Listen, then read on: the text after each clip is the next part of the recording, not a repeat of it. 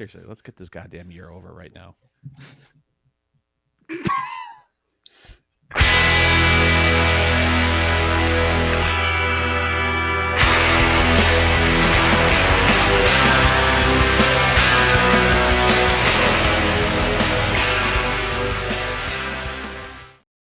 Hello and welcome to Game of Nodes, a weekly podcast on the Cosmos from independent validator teams. Was chuckling a bit too hard to actually press the button there, but don't worry, Null had been doing that thing. For those of you listening at home, the little finger guns, little finger guns. Yeah. I've been doing that for a good 30 seconds, It fits imploring us to go live before we actually put him out of his misery. Welcome to the 2020 what we're calling the WAGMI special. Is that how you pronounce it? WAGMI? 2022. 2020. Did I just say, what did I say? Still in 2020. WAGMI. WAGMI. WAGMI. Okay, it's the WAGMI special. We're going to be talking about some of the best and worst of 2022. And yeah. Also, I guess we should probably do some segues into. This is actually not in the spreadsheet, guys. I appreciate I've dropped the ball on this, but we should have maybe put in something about like music or Australian cult films, shouldn't we, of 2022? Because that's been as much a topic for discussion, really, as any of the Cosmos stuff. It's kind of a slam dunk, though, isn't it? It's kind of it. I mean, there's one clear winner, isn't there? Really, it really is. Like, why talk across the board? You know. I guess I would throw out there that especially the slide down in the autumn has been soundtracked by the new Russian Circles album Gnosis, which I'd recommend if we're doing sort of riffs and whatnot to recommend if we're not doing Australian cult films. The lead track on that, Conduit, was described by the guitarist as a real barn burner, which I assume must be a Massachusetts? Where's Salem? Is that Massachusetts? Yes. Yep. I think that's where it was recorded. So I assume that must be a Massachusetts thing. Is that the source of that term? Schulte, do you know? I don't think so, right? Wait, that's an expression? The barn burner? Yeah, barn burner is an expression. I never heard that before in my life. I thought that was an off the cuff. I was like, that means like it's hot, like it's a real barn burner. It's like it's something that's, like as Noel would say. That's how much sense that word makes, is that multiple people have come up with it off the cuff. The barn burner. For people listening to the podcast, you're missing out on appreciating Noel Mames with his shaft glasses on at a park with, like, I'm sure families rolling by going, why is that man making finger gun pointing at this laptop in the middle of nowhere? Yeah, actually, in hindsight, it's a lot funnier knowing that Null is in a public park doing this podcast. I keep looking over to these people over here that we were talking about earlier who are like battling the intrusive thoughts. I'm just wondering if I'm going to have to like race over there and fucking stop them from going. Okay. Well, let us know how that goes. You run over there and find out one of them's Rama. I see he's not in the chat, so I sent him a message. You've got a lot to live for, Rama. Anyway, it was, but I can't believe barn burner is an actual expression. That's blowing my mind. I love it. Yeah, I've never heard it. Really? It's a real barn burner? I'll have to. All right, we'll have to get some research on that. Wait. You like, without doxing too much, you are East Coast. That my geography is right. Correct. Yeah, so maybe it's an East Coast thing, because Schulte, you are West Coast, unless I'm mistaken. You are correct. I guess barn burner is, in fact, a phrase. It's a phrase. I mean, I've heard it, but did you just look it up? I did just look it up. All right, we'll have to find. We'll get some links in there. We'll get some definitions up here in the chat. So anyway, before we move on to our award show, we should probably do the drill tweet of the week, shouldn't we? Actually, while we're doing random shit talking. So I'm going to pick the first one that my finger alights on in this quite large book. Okay. Unfortunately, we don't have the timestamps on these, which would maybe make it a bit more funny, because you could go look it up. The one that my finger came to rest on is in the muscles and fitness section of the book. And it says, Wint at drill. I finally worked up enough courage to cry in front of the pregnant woman who frequents my gym. What the hell does that mean? That's the drill tweet of the week, ladies and germs. So, All right, I'm not sure what wisdom we could derive from that, but it's probably about as smart as half of the Cosmos Twitter we see, isn't it? It does feel kind of appropriate given the state of Twitter right now. Yeah. Yeah. What? Because I've actually been AFK, like fully AFK for the last 3. What day is it? 27th, 28th. Shit, I've been AFK for 3.5 So days. basically, the whole holidays has been something Cosmic Validator got a grant, something Don's fucking butthurt. Was that the one that was the Oz that was the Atom prop, right? Last week, the week before, a couple of weeks ago, something like that. Last week. You mean Cosmic Validators Adam Prop? Yeah, Right? they did like a few videos. I want to say like and, 89 or something. Yeah, whatever. Yeah. Yeah. Where we were all kind of like, it isn't that much money. Is it really the end of the world? That's the one, isn't it? Yes. Okay. Yeah. So Which passed, right? And then everybody. Yeah, fair enough. Now they're all coming up. Yeah, fair enough. And Ooh, it was close though. Was it 30 million versus 31 million? No versus yes. So I think Steakfish came in like right towards the end and voted yes, and now everyone's like calling them corrupt. right. But like you're corrupt. You paid $5,000 to people for doing work. How dare you? It's fucking. I mean, maybe less than $5,000 now. I don't know. What's the market doing? I don't know. Probably nothing good. I kind of stopped looking at the price of anything after Juno went below $2. I'm like, well, all is lost. Will you look when it goes below $1? Yeah, if Juno goes below $1, then the real Hunger Games begin. It's getting there. $1.15. I think we're at $1.20 at the moment, aren't we? I shouldn't be laughing at that, but $1.15. Ooh, we are losing money on that one then. Very good. Cause less harm says best not look, and I'm not going to. That's right. That is some fantastic advice, except that Usurper just told us what else do you want to know? The price was.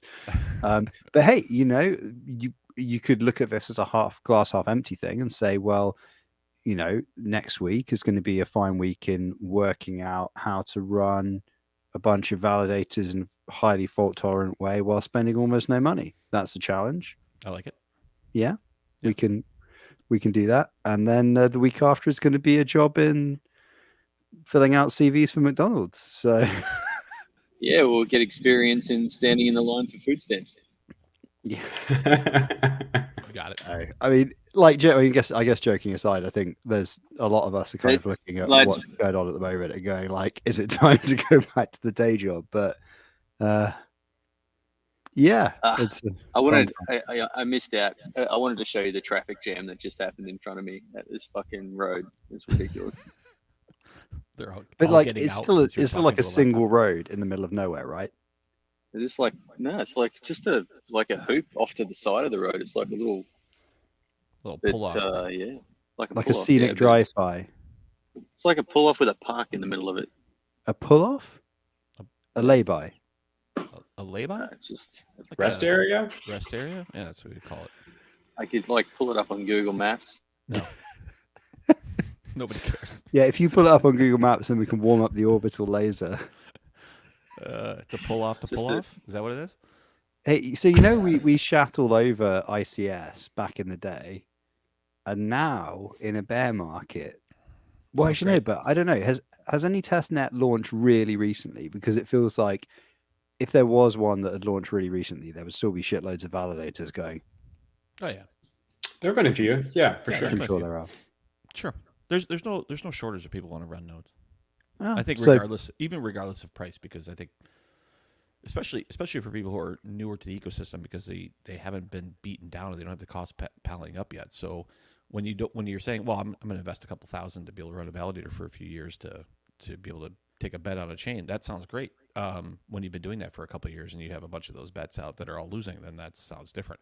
So I think maybe that's healthy and natural, and maybe that's just part of it's like I don't know what you call that, but it's a reverse validator Ponzi. That's what that is. It's just, last sucker paradox. I don't know. Is that what it is? But It's something like that. Last sucker scam, is that the name of the scam? Something like But that. Yeah. It does seem like even in this market that the ICS theory hasn't been validated then, which is notable. Bloody hell, Niall. Why is Australia so beautiful? I think there's people surfing down there. Maybe that's what people are like coming to look at. Uh-huh. So for those of you listening on podcast players, Null has now stood up, walked to the edge of presumably a small bluff or something, and is holding up the laptop to his face to show the beautiful vista. Oh, he's standing on the other side of the lay-by. Okay. Yeah. And presumably anybody in the area thinks that he is a full nutcase at this point. Right. I don't see anybody in the back of shot though, so maybe he is getting away with this. So yeah, it was just a quick moment when all the people battling their fucking intrusive thoughts have fucked off or jumped off, one of the two. They're no longer here suddenly. So all the other validators have gone, you mean? Oh man. But I guess the other side of this is like, there's an element by which, obviously, if you're doing something where you're not really making any money for a period of time, you've got to go and do something that makes the business money, right? That's like, that is, I'm not a business expert, but I believe that's how business works, right? But the flip side of that is, maybe, a lot of these chains will come back around again in the future, and there is a question, I suppose, especially with despondency in this camp over here, where you're like, well, we made no money for 8-9 months before the chains that we currently work on were launched. Then we made money for a little bit while. Now we're not making any money again. It comes and it goes. So maybe a lot of it is actually the psychology of being in that bull run, that still everybody is. And maybe I'm speaking more for myself here and our position, but maybe still not fully adjusted to that reality of like, the highs being so high and the lows being quite so low, which is exacerbated in Cosmos, where you've got all these app chains, maybe, as opposed to, ETH is still going to be, what's the current price of ETH? I mean, I'd be surprised if it's below $900, right? It's $1,200. Right. Okay. So it's still substantially higher than it was. There's just so much money in it. It's difficult to. I mean, you can still move the needle, obviously, a lot, but same thing with Bitcoin, right? Like, there's just so much cash in it that even it takes a long time to get down to under $1, right? It takes a lot. A lot of events. Kind of similar to what the Atom does right now. Like, the Atom's still at $9.21, but is there anything there that's more utility or has a bigger future than anything else that these other chains? I mean, I guess people are buying into the ecosystem with that as the gateway, so it's like kind of a clearinghouse. But the interesting thing will be when volume on Osmosis goes up, right? When some of the sexes that have listed Atom also list Osmosis, right? Whether Atom still retains its price or whether Osmosis goes up, because I guess the tokenomics of each are pretty different as well. So I don't know. I'd have to go and look at the. I mean, this feels like we're drifting into Null's territory, but the question of whether Osmosis or Atom would be valued higher in that scenario is quite an interesting one. But I don't know really much, because we don't validate Osmosis, about the token cap or any of the inflation tokenomics of Osmosis. But I gather it's quite different from Cosmos, so that probably has quite significant bearing on it. Osmosis has a thirdening concept every year, whereas Atom just has a base inflation rate. So Atom theoretically goes to infinity, but Osmosis does not. It's a very small soundbite of their tokenomics differences. Right. So you would expect Osmosis to rapidly become more valuable than Atom then in that scenario. If scarcity drives a bit of that value, yes. Well, if scarcity drives value, which I guess it doesn't always. I guess that's a base assumption I'm making. Yeah, there has to be something there, right, to begin with. You're making the assumption if they both have a value and utility to it, then you can make the case that scarcity is going to push a higher price. Yeah. The other thing weird about the validator business is it's pretty natural to if you're in a startup or something somewhere that you're making large investments, and because you're in somewhat control of your own future, or you're a part of a team that's in part of that future or whatever else. The validator business, you're really making investments that are 100% the success on usually things that you do not have zero control over. So team success, the quality of that team, the stability of that team, the quality of release, the security issues, marketing, amount of growth, like those types of things. You're, as a validator, you're completely tied to that, and you have no, like, sometimes, I mean, away from like small contributions, but for the most part, the overall success is kind of out of your hands, right? Which is and it's so pegged to Bitcoin anyway that you may as well not bother. Well, I mean, that's, yeah. If Bitcoin goes down $10,000, then the whole market slides, regardless of how good. I mean, doesn't make a difference. Yeah. Some chains will move against the market, like that's the reality. But like the majority won't, just because of the sheer pressure of the outsized impact of that one player in the ecosystem, right? More generally, which is. Well, that's economics, isn't it? Like, you can be the most overperforming company in the market, and if the wider economy slips when you've just made a risky investment, then you're going bust, aren't you? Even if you've executed perfectly on everything else. So, I guess going like, oh, small business is hard is like, yeah, that was always the case, and it was always going to be the case. But it's the thing of like, I don't know what your accountants say. I know all of you have accountants and stuff, but when you talk to them and they're like, oh yeah, before you hire, make sure you have like 2 years cash in the bank, that sort of stuff. These kind of basic things, and you're like, that seems a bit overly paranoid. 2 whole years worth of salary in the bank for one person before you just, and then like the last the SBF thing and everything happens, and you're like, yeah, okay, now. Now you look at that and you're like, yeah, in any country where you have labor laws where you can't just hire and fire, where you have to essentially restructure first, which can affect you even if you're a very small company, you'd be like, oh yeah, okay, so all our money just went on payroll basically and servers. That's right. Yeah, you guys deal with that. We don't have to deal with that. Yeah, so here, it's on you as the business owner to go and find more work. Right. And so how long is your liability in that situation? Like if revenue stopped tomorrow and you had 2 employees on that you've had for a year, what's your exposure there? It depends on your contracts and stuff, but like the minimum notice would be about 4 weeks, and we would have to. It's more about basically justifying the layoffs, as I understand it, and it is easier for small companies than it is for others. But it's that kind of. It's the situation we would be in now, where we would have gone from being like, okay, we can foreseeably plan, let's say even 2.5 months ago, we could have possibly justified hiring. And now where just you project forward like our liquid cash and you're like, our runway went from being 18 months to being like 9 months in 2 months. And you're like, hold up. Yeah.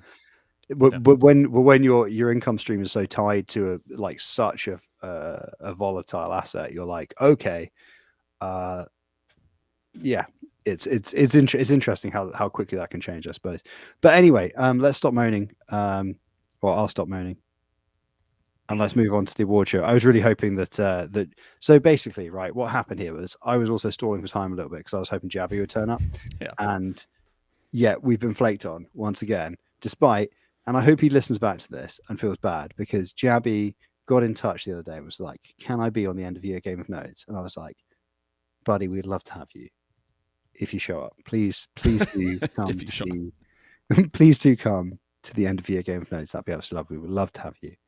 And I'm just going to check my phone so that he's not like saying like, maybe he was scared off by the amount of times you said love in one fucking sentence. Yeah, maybe. No, he's not replied. He's not replied. He's probably out walking the dog or something, doing something more exciting than talking to us. But anyway, Jabby's not coming. I'm sorry about that. We're going to have to do the end of year show without Jabby. Picking up after Winston, I imagine. Yeah, which is a fit metaphor for 2022, maybe. So, Holiday Spectacular. Shall we do... Maybe that could be a shirt, just a Winston with a bunch of different blockchains coming out of him, with Jabby, the cartoon version of Jabby, just cleaning it up, putting it in the bin. Just having to do like a full-on shovel of chain icons. I can see that. 2022 got you like. 2022. Yeah, Jabby's decision to not go full-time validator and instead take a job looking like a very sound decision. Always ahead of the curve. Head of the curve as always. That's Jabby for you. So we've got some talk. Should we do the 3 best, 3 worst at the end? I'm going to propose. We're obviously working this out on the go. Yeah. So, but I suggest that we do them ascending from the bottom, except for the merch poll. Okay. And then go from there. So what I'm going to do is I'm going to read out the category. Okay. And I want each one of you to give me a response for it, and then we're all going to decide which one we think is the winner. Okay. All right. Okay. All right. Okay. I'm glad we planned this out live. Yeah, exactly. That's how we do it. So anyway, and there's probably something like, oh, this is best NFT collection or something of 2022. I don't even think we have that one on there. It's much shittier than that. But I might write that on there now just because I have access to the spreadsheet. So, first one, biggest flake of 2022. Is that person? Is that what's our that? scope here? It's for this show. For this show? It's guest for this show. Oh, biggest guest flake. Biggest guest flake of 2022. It'd have to be Code Hands. It would, right? Yeah, I'll say Code Hands is who my call. Wasn't there 2 invites there that got blown off? 3. We got the third time we got shafted for his missus. They went for dinner. All right. It's hard to even blame him, really, but yeah. With this level of preparation, that somebody wouldn't immediately want to get involved with this. Okay, biggest flake. That seems pretty unanimous. That's not necessarily a negative, right? I mean, it could be a positive too. Like that's respect from the Game Notes team. Yeah, I mean, it kind of sounds like work-life balance, and that's why we're being so down on it. Like, it does. Just good decision making, right? How dare you have good decision making? What else do I have to do right now? Thinking back, I can't think of anyone else who's shafted us. We've had a few shafts, but I think that one we've tried. I know with Code Hands we tried a few times, like you guys said. So I think that's a good winner. I think this is not on the list, but I think the most surprising non-flake of 2022 would be when Jabby joined us from the People Carrier while bringing his kids back from a sports fixture or something, right. And they were just sort of like in the back of the car, just like, oh my god, Dad, you're so embarrassing. That's right. I feel like that was Jabby's last real cast, right? That was like maybe the 3rd or 4th episode. Then he's like, "Ah, man, it's too hard." Well, I think there was one like 2 months ago that he was in. The first one I came back to. Right. Yeah, there was one. There was one where the pooch was knocking around in the back. But it's a shame not to have Jabby for the end of year. Okay. I've stuck in the best NFT collection because I was like, we should actually probably have a couple of those. But what was that last one? What are we giving Joe? What's that? What was that last one we're going to give Joe? What would we call that one? Best most surprising unflake. All right, that's good. Like in the spite of a pending flake, he actually did not flake. Okay, best shit poster of 2022. Ooh, good one.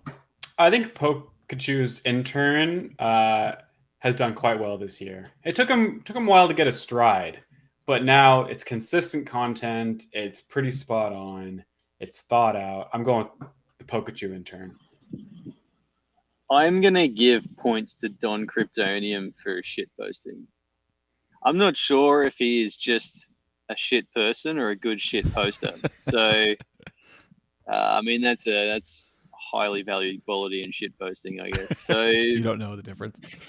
Yeah. I wrote Don in here. I thought he upped his game significantly in 2022, and you have to respect the amount of shit posting that comes out.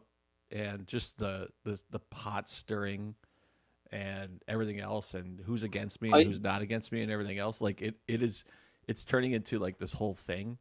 I think he's satire. Now it's turning into its own personality. So I kind of give it that.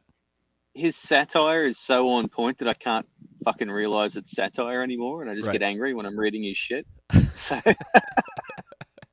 it's pretty shitpost-tastic. Yeah.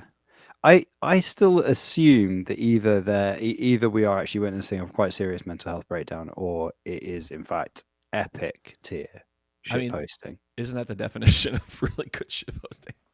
It's really hard to say. Even shitposted I think on his crypto.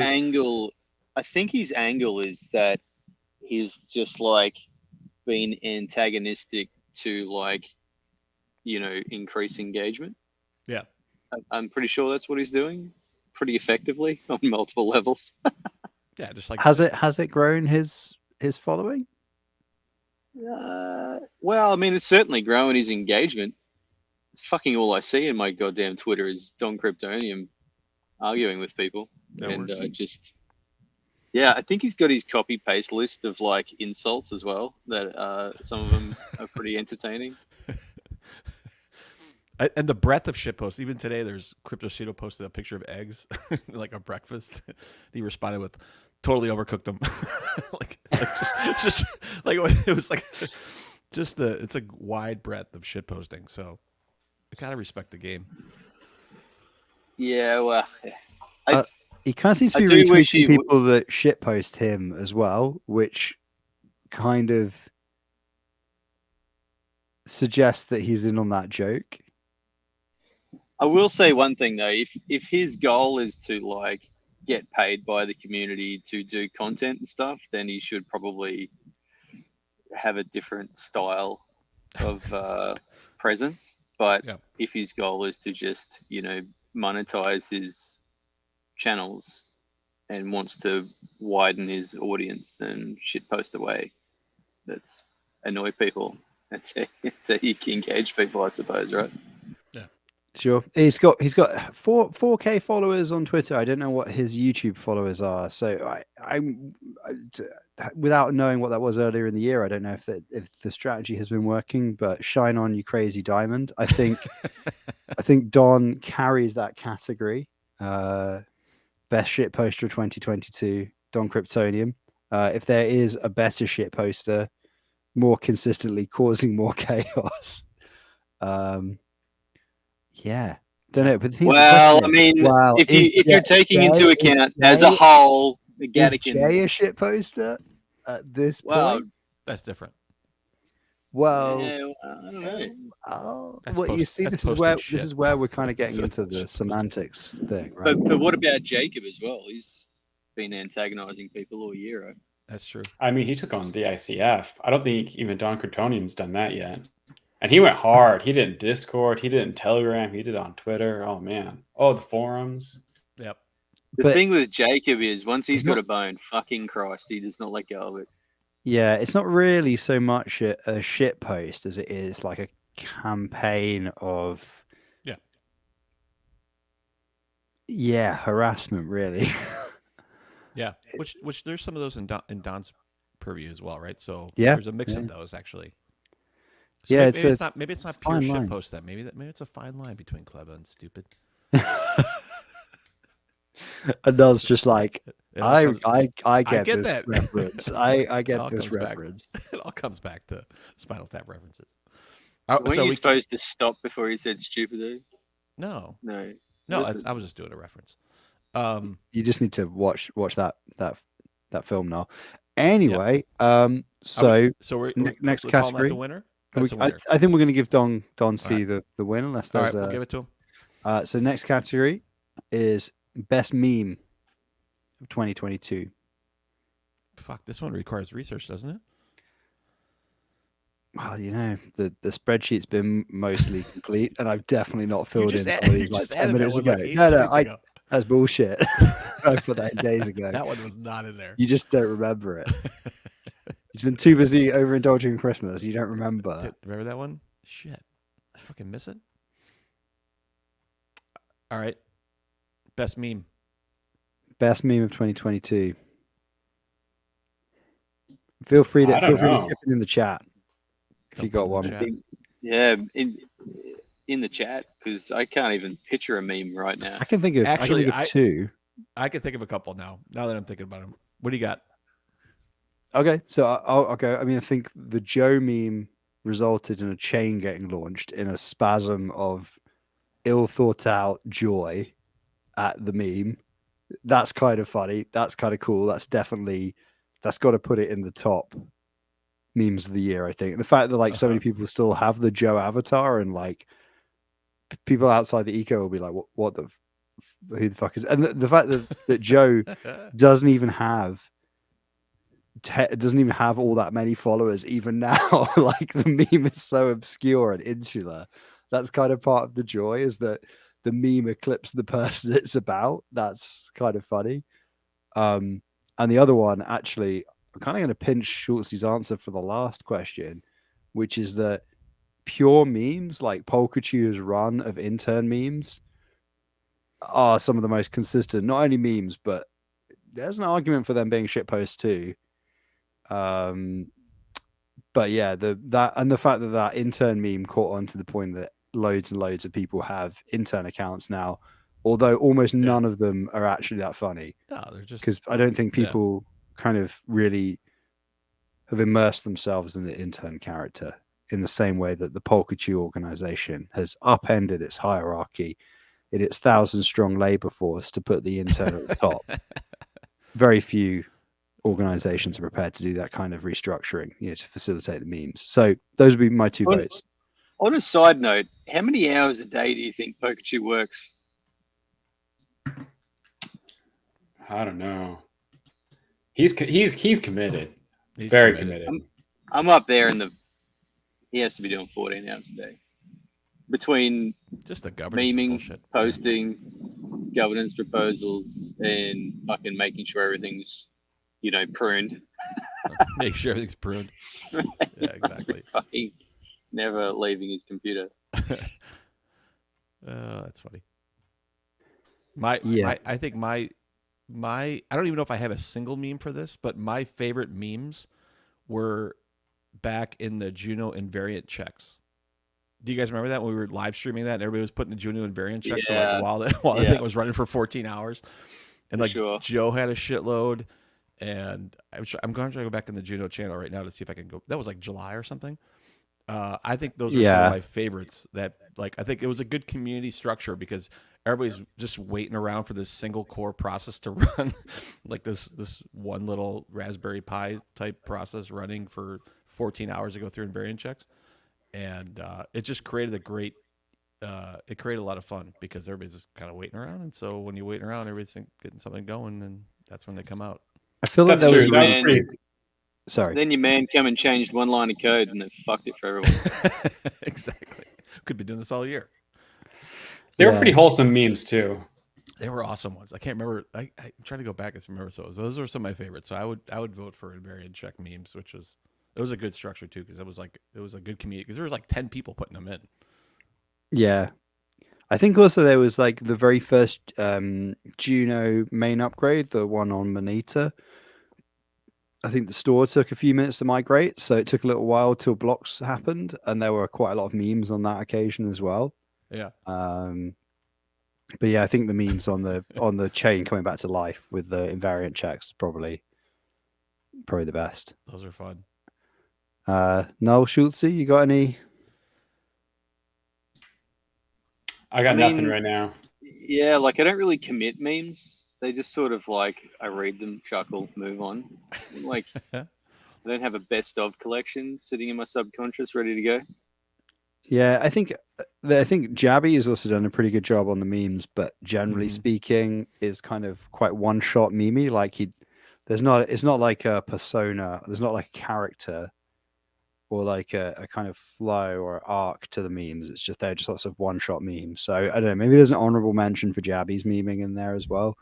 Meme also means so many things, right? Like you've got, there can be images that are memes, but then they can also just be Don Kryptonium's a bit of a meme. Fucking, you've got. Okay, so I guess the most profitable meme of the year, Patmos. Yeah. Okay. Yeah. That's a fair point. So I guess in meme in this case, we're probably meaning like a conceptual, a self-contained concept that captured people's attention in a viral way. And it could have been a single, like an image macro or something, but it could have also been a longer running project like the Polkachu intern.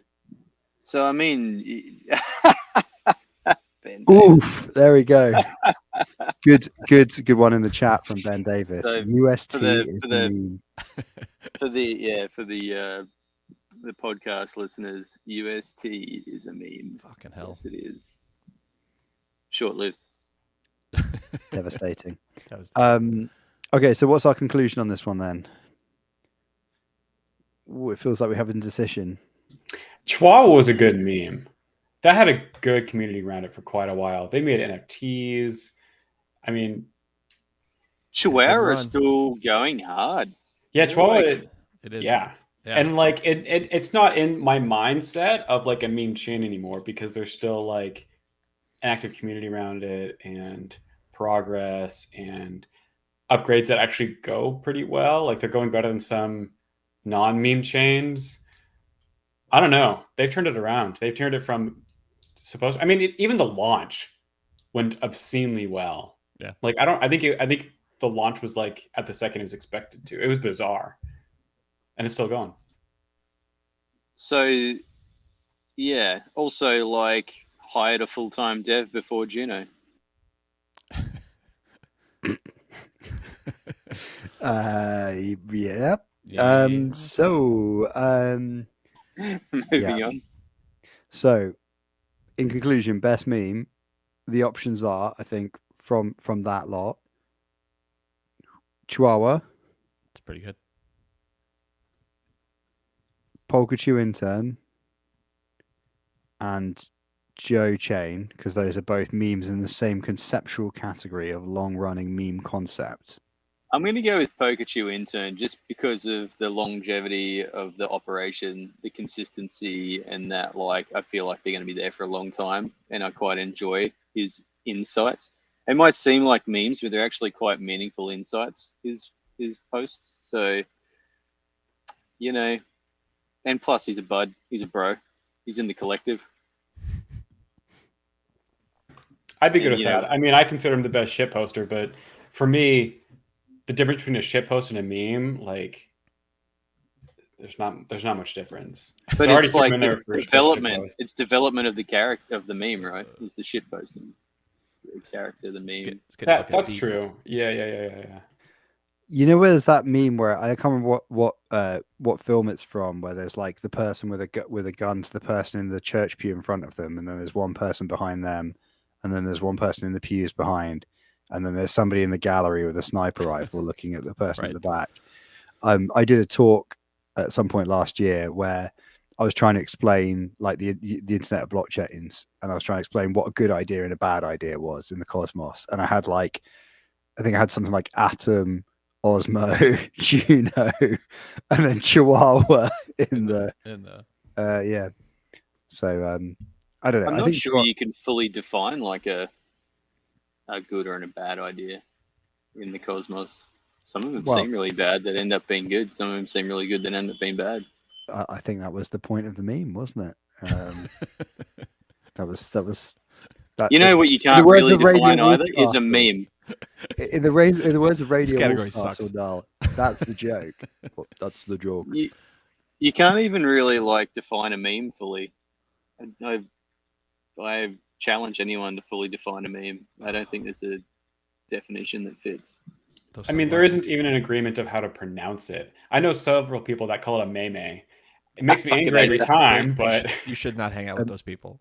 A meme. Just fucking kick them in the shin. See, now you're shitposting. Nobody does that. I swear to God, not hang out with them. I know several people that call them memes. They will murder you in your sleep. Stay away from those people. I don't believe that's the thing. I don't believe that. Walk up to those people and punch them straight in the dick. Call them a cunt. Hey, we lasted 39 minutes before getting demonetized this time. That is a new record. I think that is a new record. If anybody else caught a cunt before then, prove me wrong. But I'm pretty sure we got to 39 minutes before we got demonetized. Right. I think the Australian has said cunt the least on this show over the entirety of the year. That's and a stroke of irony. that would be I don't know. Somebody should go through those recordings. No, and do because it. there was a point around episode 27 where we were trying to get Usurper to drop the C bomb, and he would was not, like, right? "I'm fine with the C bomb. I'm just not going to drop it on air." Here And we are. then, How far and we've then just fallen. completely casually run dropped with it it a ever few since. episodes later. That's crypto winner right there. Who gives a I shit? mean, I feel some envy over its usage in Australia and Britain because in the US, if you say it, like That's bad news. like you're going to start a fight with someone is what you're going to do, bad and news. everyone's going to be offended. So I'm jealous that it can be used elsewhere in the world as almost a term of endearment. It's not. Well, fair. I mean, it might Not start a fair. fight here as well. Like, if you say it to the wrong person, you start a fight. There's a movement here in the U.S. to bring that back as like an empowering word too. Actually, there's a play around it. I thought it was on Broadway. Really? Is that so? Yeah, around bringing the C word is make it more about power and those types of things. Yeah, Interesting. It's very negative. Interesting. I mean, I would love to take it back. I was getting the Australian term of it, which means like loved friend. I think Valued colleague. that's what I've gotten out of this year. Yeah, I think that's what it means. I'm pretty Best sure word of 2022. I think that's what it means. Like, I Okay. think if you walk up to a group of people at a work function and be like, oh, what's up with this mob of cunts? Like, I don't think it's going to go down fantastically still. Yeah. Yeah, that wouldn't go down well. Yeah. All right. How do we get on this? What the best Okay, next question. Mob of cunts. best cunt? So, best cut and worst cut of 2022. Best business decision of 2022. I don't even. I answer this like as an actual thinking about it, but that's not the way of thinking about this. Everybody's a deep thought. The best business. I'm not sure I have a best one. I don't know. Sorry, I was just reading Ben Davis' comment. When I was leaving my old when I was leaving a job, my old boss introduced me to someone as a fucker and said if he loved me more, he would have called me a cunt.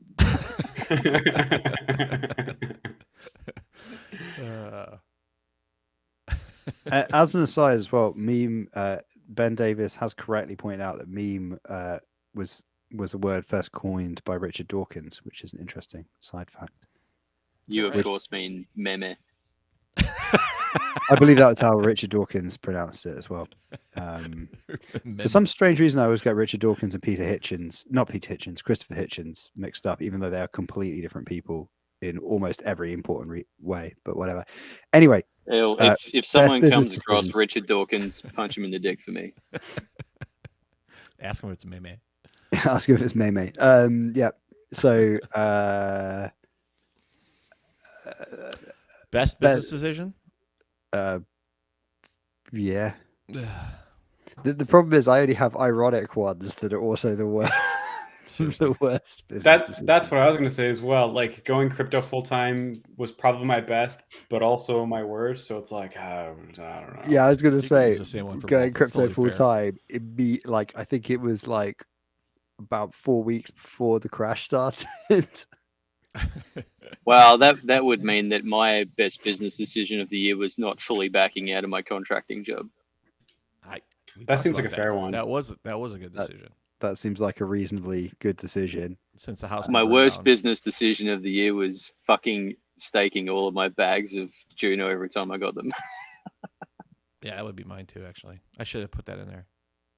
I didn't sell. I didn't start selling coins in 2022 until like November, something like that. Ooh. October.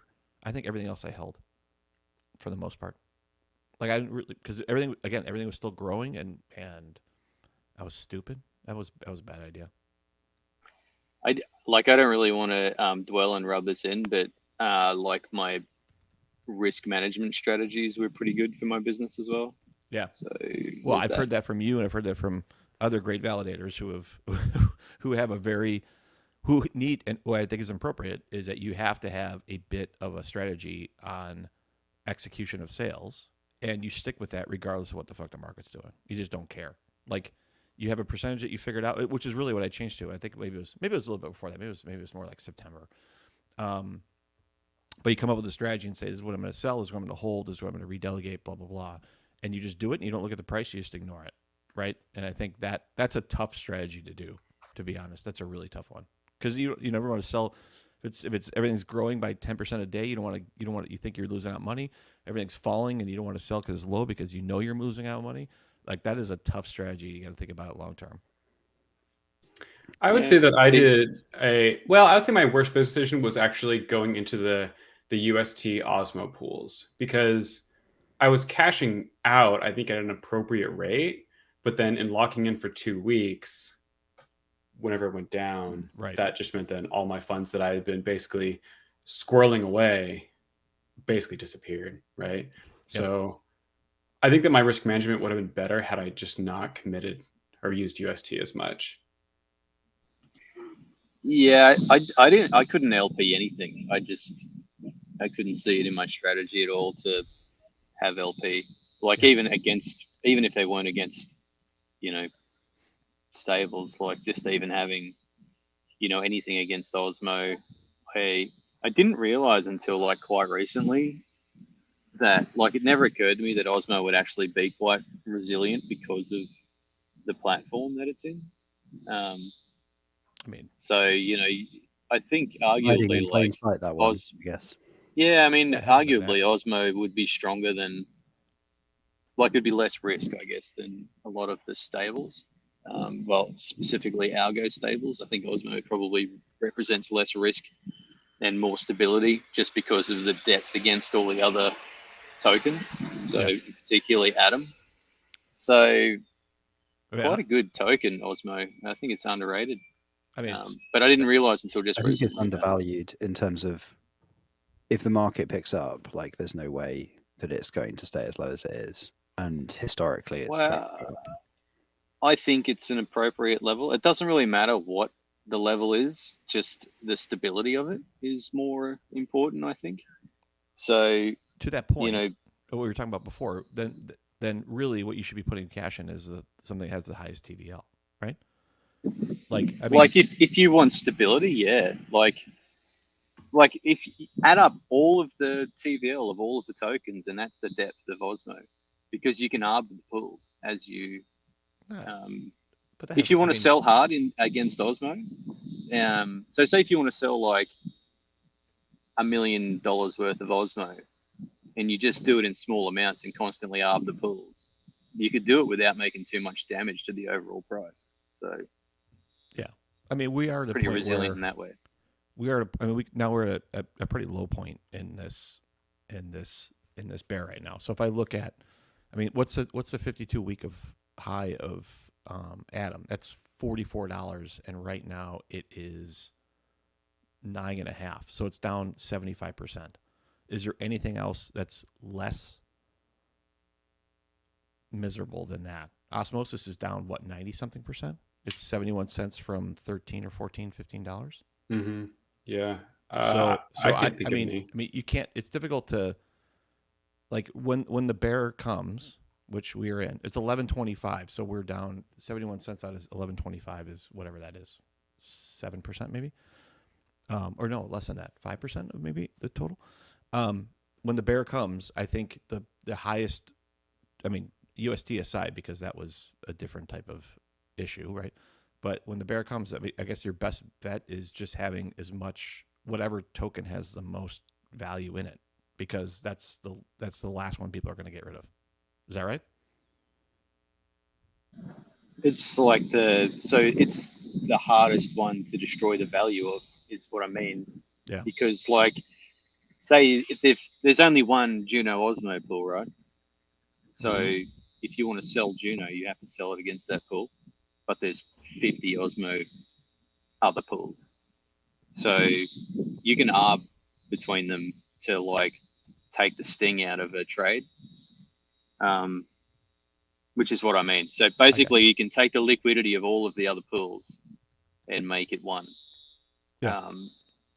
And then essentially that's how much you can sell against. But anyway, it depends on where you're selling too as well. Like if you just want to get out of Osmo and it doesn't matter where you want to go, then you can probably, easily sell a lot of them into a bunch of other tokens. But if you just wanted to sell Osmo into, I don't know, Atom, then you will probably, I think you could probably limit the amount of damage to the Osmo price, but you would push the price of Atom up because of the amount of liquidity there is in Osmo compared to the liquidity in Atom. Yeah. So you would push the price of Osmo down less than you would push the price of Atom up, because you distribute it against a bunch of liquidity, if that makes sense. Yeah. Yeah. Makes sense. Yeah. So like the more liquidity in each side of that trade, when you can start to consider them as not just one pool, when you start to consider them as aggregates of value that you can arbitrage against within the same ecosystem, then the one with the least amount of liquidity is going to change the most. So, yeah. Okay. So Osmo is probably the most resilient token in the Cosmos because of that reason. Potentially Atom as well, because of how many like centralized exchanges it's on, and its order books operate a lot different to DEXs as well. You can do a lot less damage, well, and a lot more, just depending on the situation. Like your prices can jump a long way in just a few trades on a centralized exchange as well, if there's just absolutely no one willing to pick up the candle on the buy side. Sure, but even a market trade on a centralized exchange, you quite often, okay, this is going to sound like dickheadish, but you can shift $10,000 with very little slippage, or no slippage, obviously, because it's an order book. But you can do one, then do a second, and you, for anything with deep liquidity, you're not going to see a difference in price really between those two trades. So it would have to be very large, like OTC level large, before you would start seeing a difference. So it depends on the order book depth as well. So back in like 2017 maybe, I was writing in Python an arbitrage bot. I never really made it do any arbitrage. I was just making it calculate opportunity. And in doing that, through the APIs, I had it actually calculate through the depth of the order book what the trade would end up being, if that makes sense, rather than just taking the at market price to try and figure out the arbitrage opportunity. Like you had to say, if you want to do arbitrage of $10,000, then you're going to get pushed to this deep into the order book. And, that's going to happen on the sell side and the buy side on the other one. So you need to take into account that slippage in price to be able to actually determine whether or not an arbitrage opportunity exists, because they might have a difference of 50%, but after you start buying into the order book, they might have really shallow depth in the order book. So yeah, because I guess it depends where the walls and things are, doesn't it? In terms of where the actual price and sales. It doesn't even matter the walls. It just matters how much volume you can get at what price and what the size of your trades are going to be. So you could even just use that to optimize your trade size. To summarize this whole point, right, which is best business decision. There's a whole thing here around however technically adept you are, that in general, actually, as well, the business side and understanding the sort of stuff that Null clearly understands better than certainly I do, is actually in general the business decision that keeps on giving. I would say my best business decision of 2022 was to listen to Null. He's going to get a big head about this, but two specific pieces of advice, one about dollar cost averaging, and I was already in a risk management frame of mind, and there was at least one other decision which very specifically, I'm not going to say exactly what it was because it's not really that interesting. It's quite specific to our business, but something that Null, with the C word, told me to stop being an idiot about and do a particular thing, ended up also being a very obvious thing that I just hadn't thought about because I don't think about that stuff. I'm too busy focused on the technical stuff rather than the obvious business token and monetary implications of a thing, and was just being a complete idiot. And that was a very good business decision as well. So the other half of the best business decision of 2022, worst business decision, mine, I'm going to go with, okay, obviously probably not selling enough, even despite taking a risk averse position. But my biggest mistake would have been I laughed at Chihuahua and was like, not getting involved in that. That is my worst business decision. Because Chihuahua was January, wasn't it? It was in 2022 that it launched. It was early, yeah. Yeah, that sounds right. Yeah, Something like early. So I'm going to put my worst The business freight wanted decision. nothing to do with it. I laughed at it, and again, actually, Noel was like, "You are you going to do this Chihuahua shit chain thing?" And I was like, that. Yeah, "Dumb, I dumb. I should have was done in it." Genesis. I think I held. Well, it was firsts for me, right? It was about firsts in the cosmos, and Chihuahua was the first meme chain, and the firsts usually last. Oh, there was Junibus before that, right? Yeah, Is Juno a meme chain? Chihuahua's No, a fork of Juno. Yeah. Okay. Oh, your first meme chain. Is that what you're saying? Yeah, I think so. First, yeah, first Yeah. meme chain was I Chihuahua. gotcha. Yeah. Yeah, I think I would say not getting in it, or for me, it was not selling it. Like I literally held all that. I just restaked it all. So right now I have 34 million Huawei worth $2,400. It's amazing. I At have the peak, that was probably 120 what? million Huawei. That was probably $500,000 maybe at the peak, something like that. Oh my god! Well, you it didn't was a sell it. cent, right? So I have $1 million worth of Huawei at peak price. Was it worth a penny? Is that what it was? It was worth a Yeah. cent. Yep. We got it. That's the peak. 1 cent. So that was 342,000 for me. Yeah. Oh my god! Oh dear. But look at it this way, Usurper. Like, probably, from me keeping a lot of mine and you keeping a lot of yours, then we've saved probably some people who were buying it, I guess, by not making it cheaper for them. I don't know. I don't know. Yeah, that feels good. Thanks, man. All right, so I guess I guess what I mean is, for all the money going out, there's got to be money going in, right? So yeah, that's for that chain. That's the whole thing. Unfortunately. Okay, so we got two options, I think, from that discussion. We've got not selling coins, and I think all three of you got in on Huawei. So I think that's my private pain. The not getting in of just not taking it seriously and just not being like being above, thinking that I was smarter than Huawei is the dumbest thing I've done this year. Was just a bit like, but it also goes to, you know what, maybe there's a broader point there, which is just not trying to second guess things too much, because half the time you're right and half the time you're wrong, right? Yeah, because we joined the passage val set. Where's that now? We've got involved in other chains and they've gone kind of nowhere.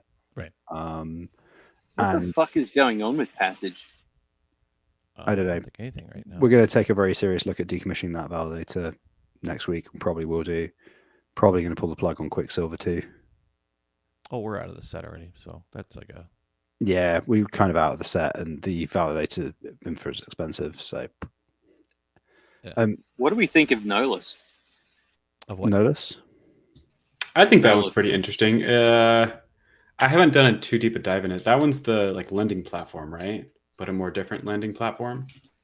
Yeah, they contacted me fucking 6 months ago and sent me their deck. I have to go back and reread it because it seemed like a pretty good concept at the time. I just can't remember what the fuck it was. I think it's a different type of lending platform. It's a fairly unique system of lending. I can't remember the specifics. That's why I hired a biz dev guy, so that I don't need to remember the specifics too much.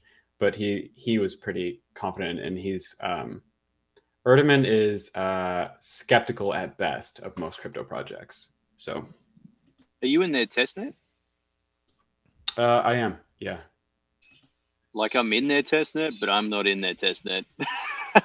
Yeah, so I'm not active, in the active me set, neither. But that doesn't matter.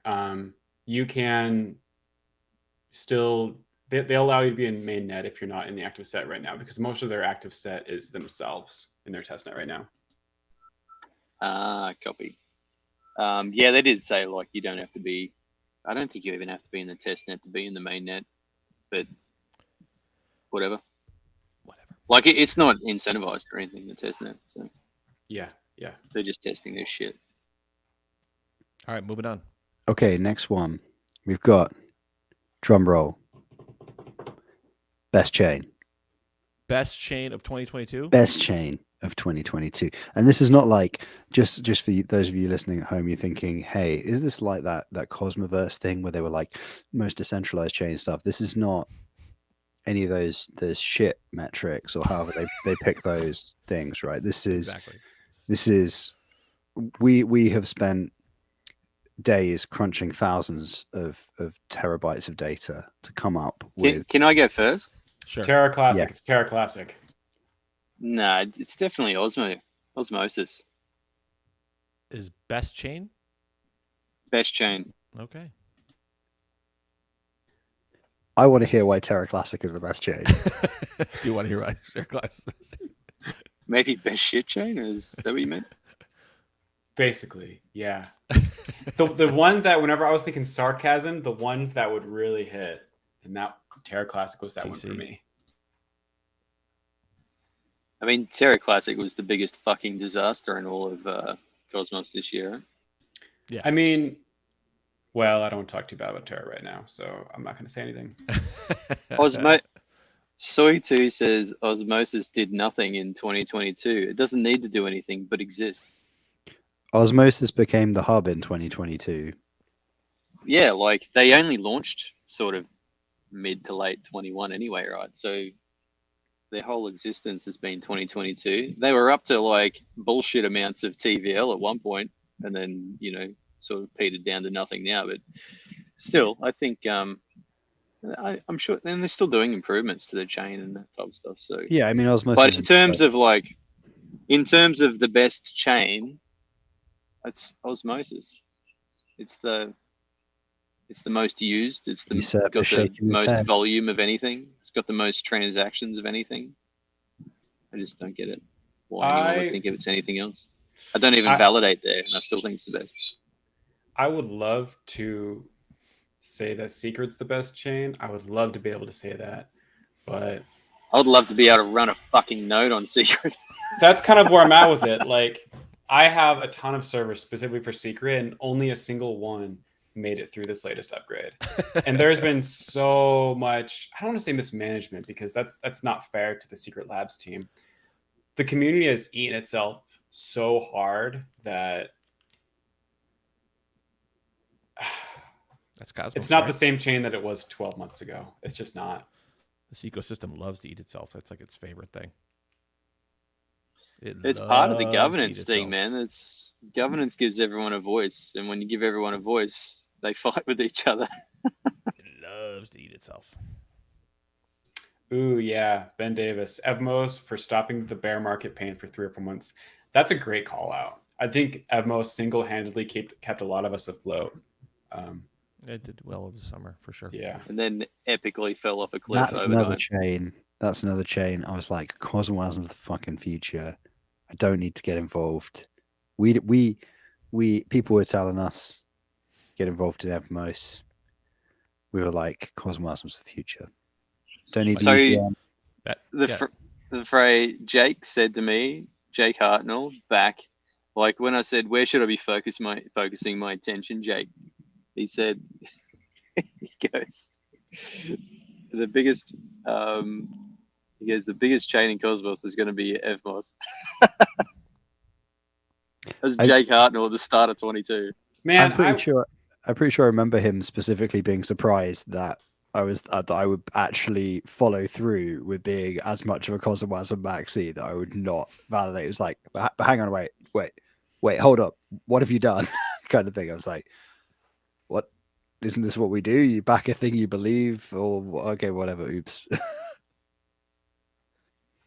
Yeah. Sorry, Schultz. I cut you off there. What were you going to say? Oh, I was in Evmos' original testnet, and it was a massive shit show, to say the least. And so that made me pretty bearish on it at the start. It wasn't until I started following what they're actually doing that I got a little more excited about it. Because like I think the only way to stay in the active set in the very beginning was to like retweet and post memes on Twitter. Yeah. I was in the active set and like number 1 for like a week or something. And then they just completely changed all the rules. So the only way you could stay in on Evmos was to be wildly active, which I appreciate. They want to build the community, but I think building the community doesn't have the same rules as like building a good validator set. Like those two should not be intermixed, in my opinion. And so I felt pretty bearish on it at that point. I feel your sentiment. Like the testnet was just way too much fucking involvement for non-validator related stuff. Well, and then the people that were on all the testnets, they didn't actually get the rewards. They were never actually delegated to for being in the testnet. Right. So it's like, whew. I don't think any did that. Yeah, that I don't through, think. Right? Yeah, no one ever ended up getting any testnet rewards. I don't think so. That right? I'm aware of. They Correct. just totally shafted everyone. Yes. Yeah. Well, and then I think they might have been sniffing their own farts a bit too much with the fucking price of the token, and they didn't want to crash it by giving it to all the degenerate validators for them to sell. Could be. Yeah. Yeah, Frey, like when you're in a room with your own scent and you just keep producing, you just don't really want to leave, do you? Hotbox yourself. Just hotbox it. Frey, your best chain 2022?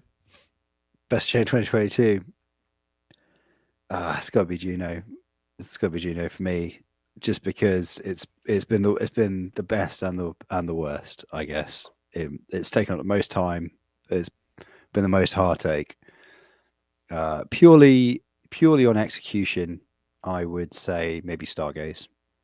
Yeah, it's been very smooth, very well executed for the most part. Like, we've obviously had Jake, and we've obviously had Shane, and we've obviously had Jorge on the podcast before to talk through things. And obviously a lot of the product roadmap is, I'd say, more Shane probably, but it's been tightly executed. It's been well done.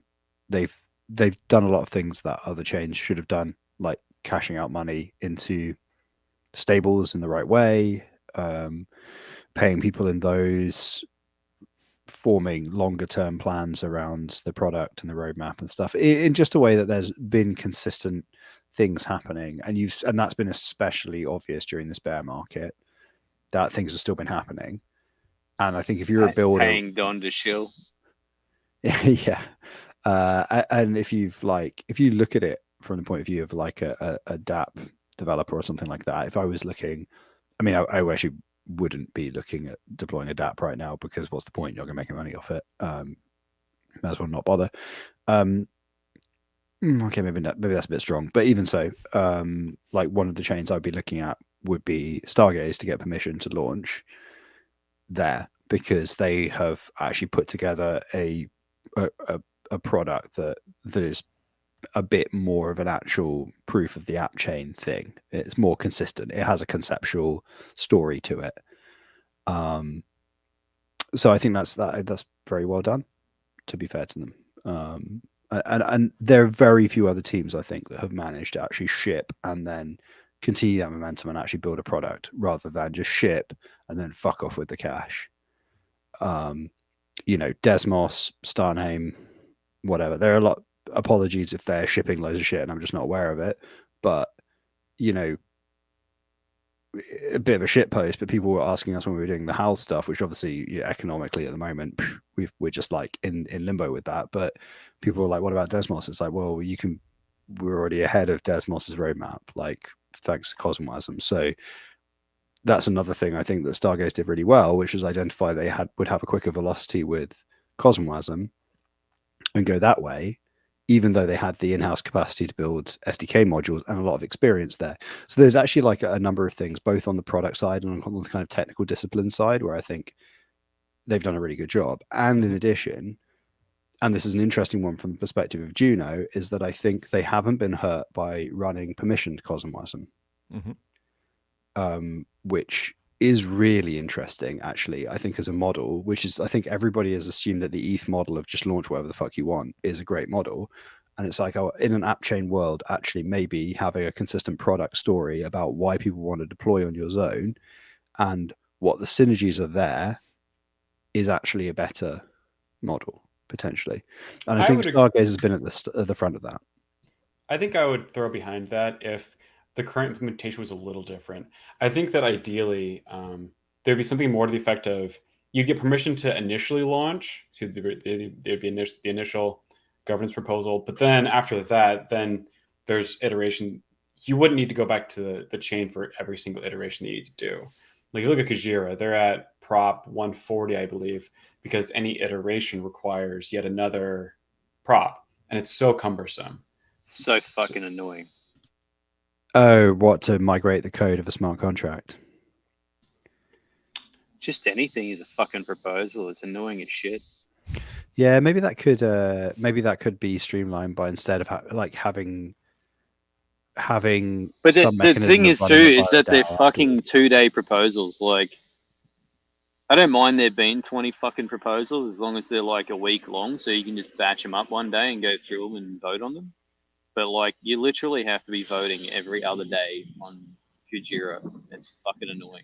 On a related point, Soy2 Studio says Kuji shipped a lot in 2022, which I don't know if that's a vote for Kuji, but that I guess is pertinent to the conversation at hand.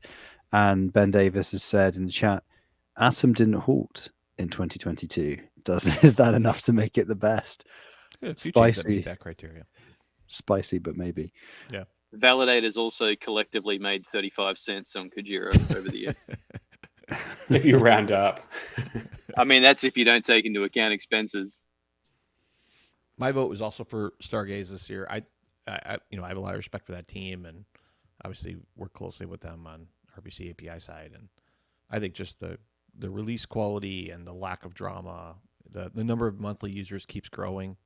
It's a real product that has utility and will continue to grow, and those types of things. And the types of NFTs will change over time, and they launch names, and now you have this badges thing from Larry and some other types of stuff. So they're finding ways to be able to do that. You're going to have cross-chain NFTs coming here soon, and all that stuff is kind of cool. The osmosis thing, I agree with you all as well. It's just, for me, like that platform only succeeds if the rest of the cosmos succeeds.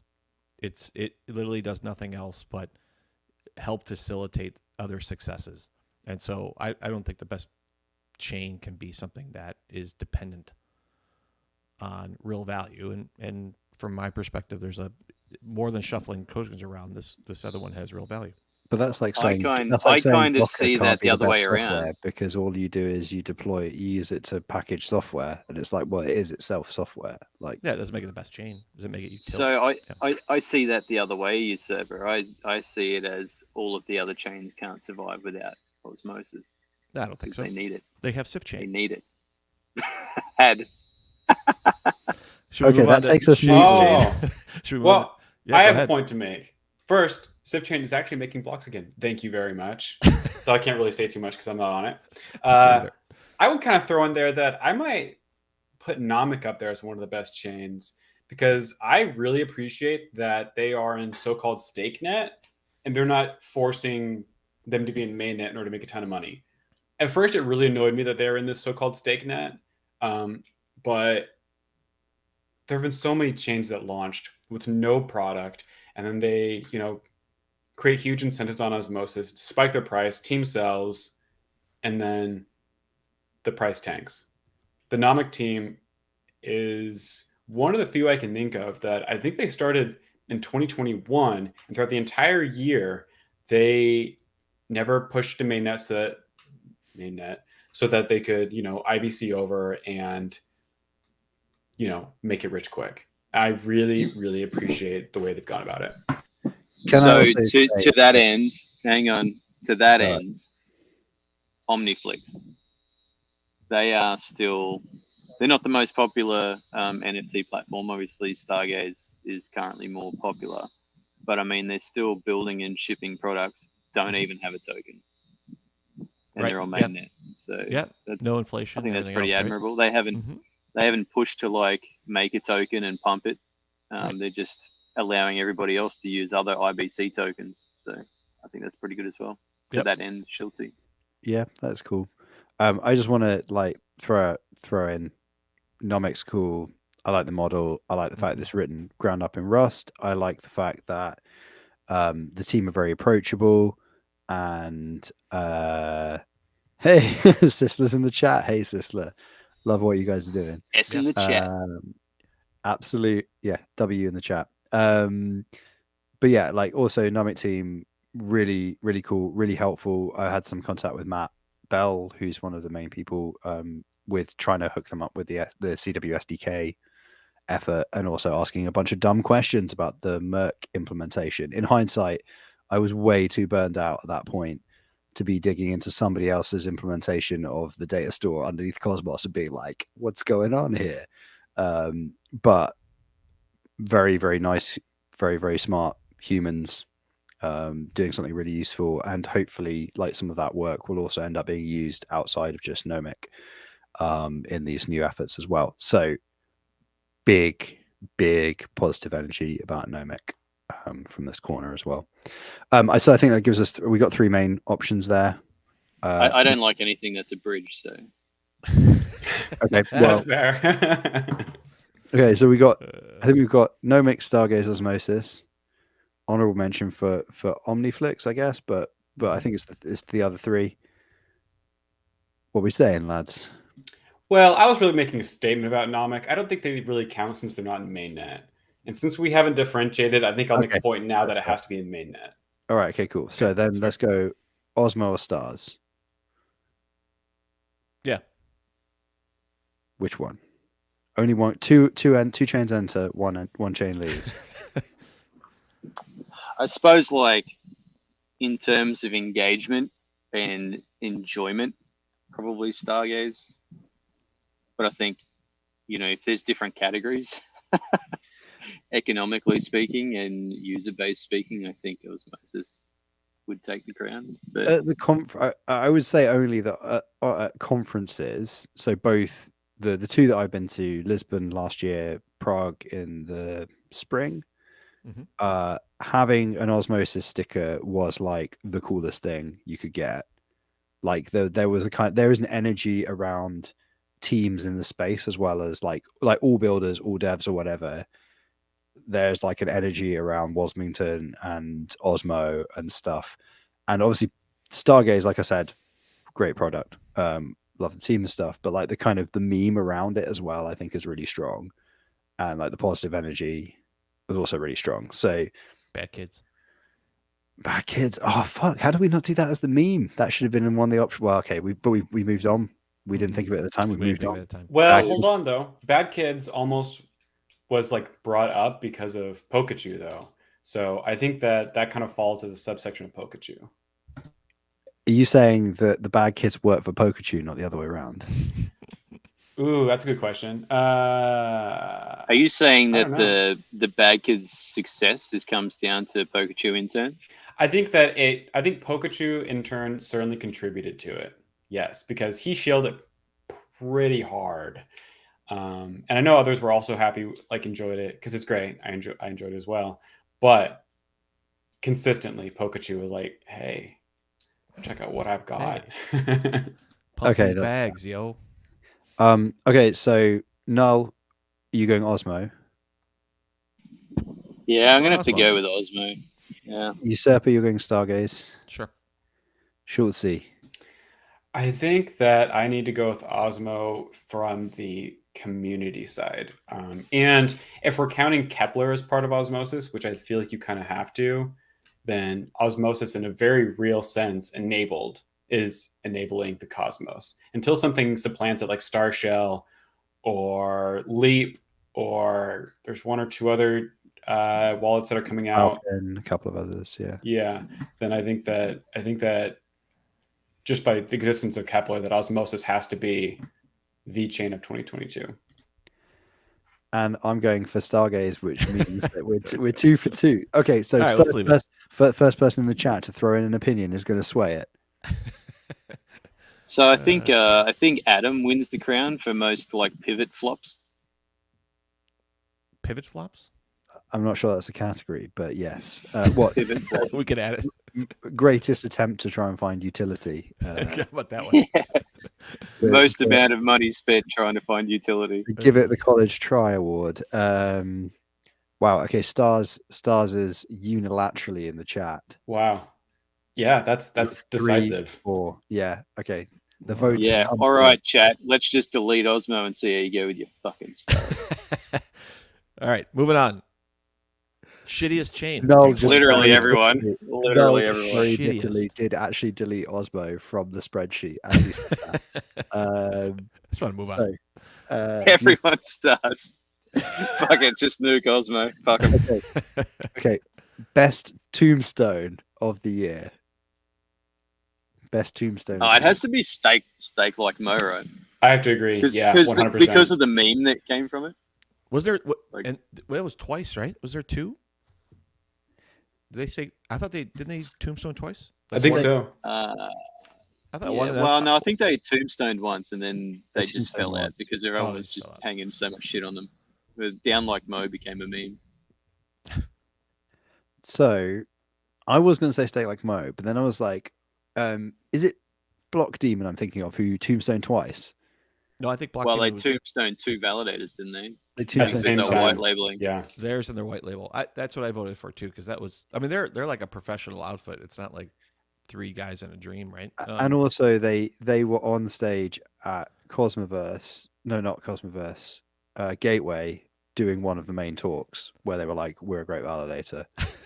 We have all these processes. We're not like one of those They do have garage processes. band validators where it's just somebody in their loft that might tombstone you." right. And That's yeah, perhaps But a there little was bit no unfair. there was no meme, Defray. There was no meme. There wasn't a meme. That's That's true. It could be. Most surprising might be Block I'm Demon, gonna- but you're right. Steak Like I'm Mo going to would switch be- my vote. It's Right. down like Mo. We'll Those other guys definitely had the most confusing fucking explanation.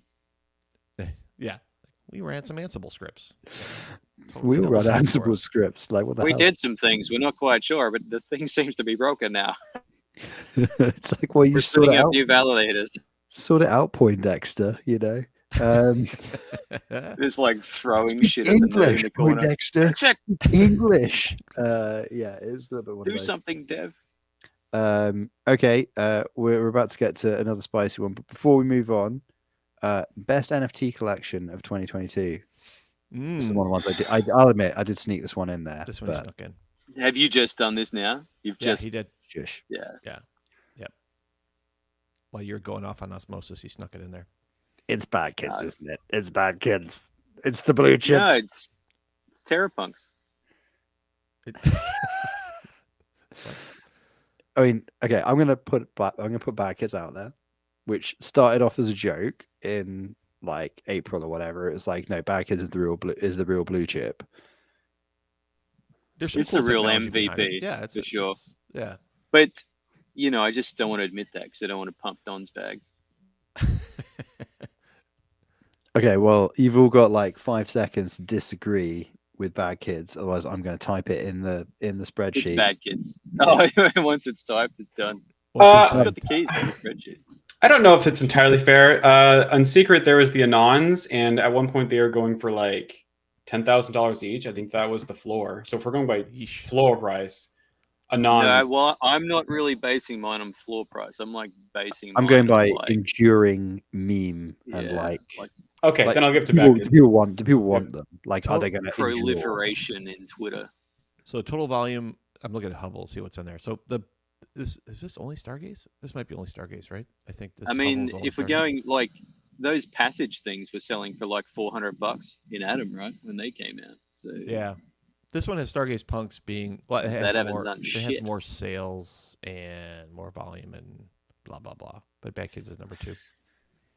I mean, what I has should, more I volume should- than Packers? Stargaze I should Punks. I should go for the Genesis things, shouldn't I? Really, glitch candies because bought a couple of Because those. you're balls deep in them.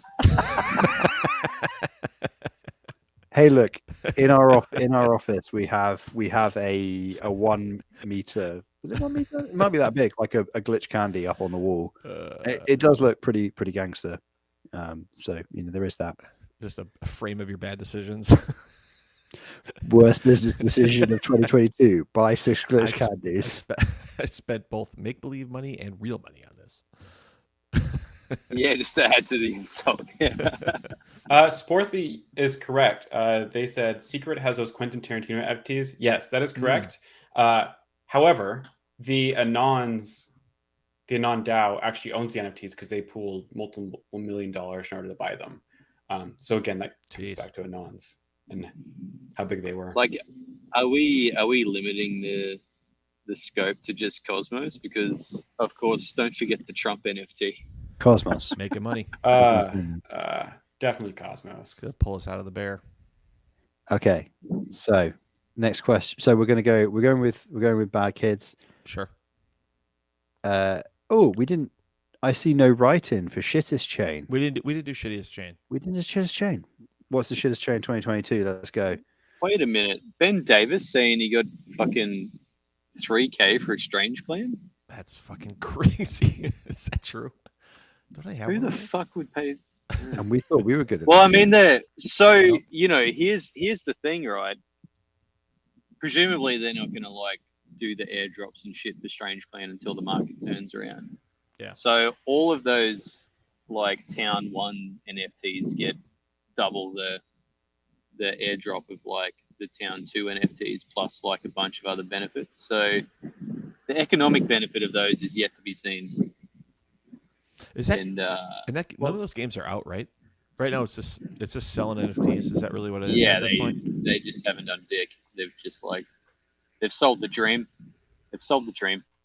Well, there's Yeah. also Orbital Apes, and they have gotten specific airdrops for them from like Territory and I think one other chain. So they've also made some profit off of that. Yep. To say On nothing Evmos, of right? on Evmos. Yeah. Yeah. Shittest chain.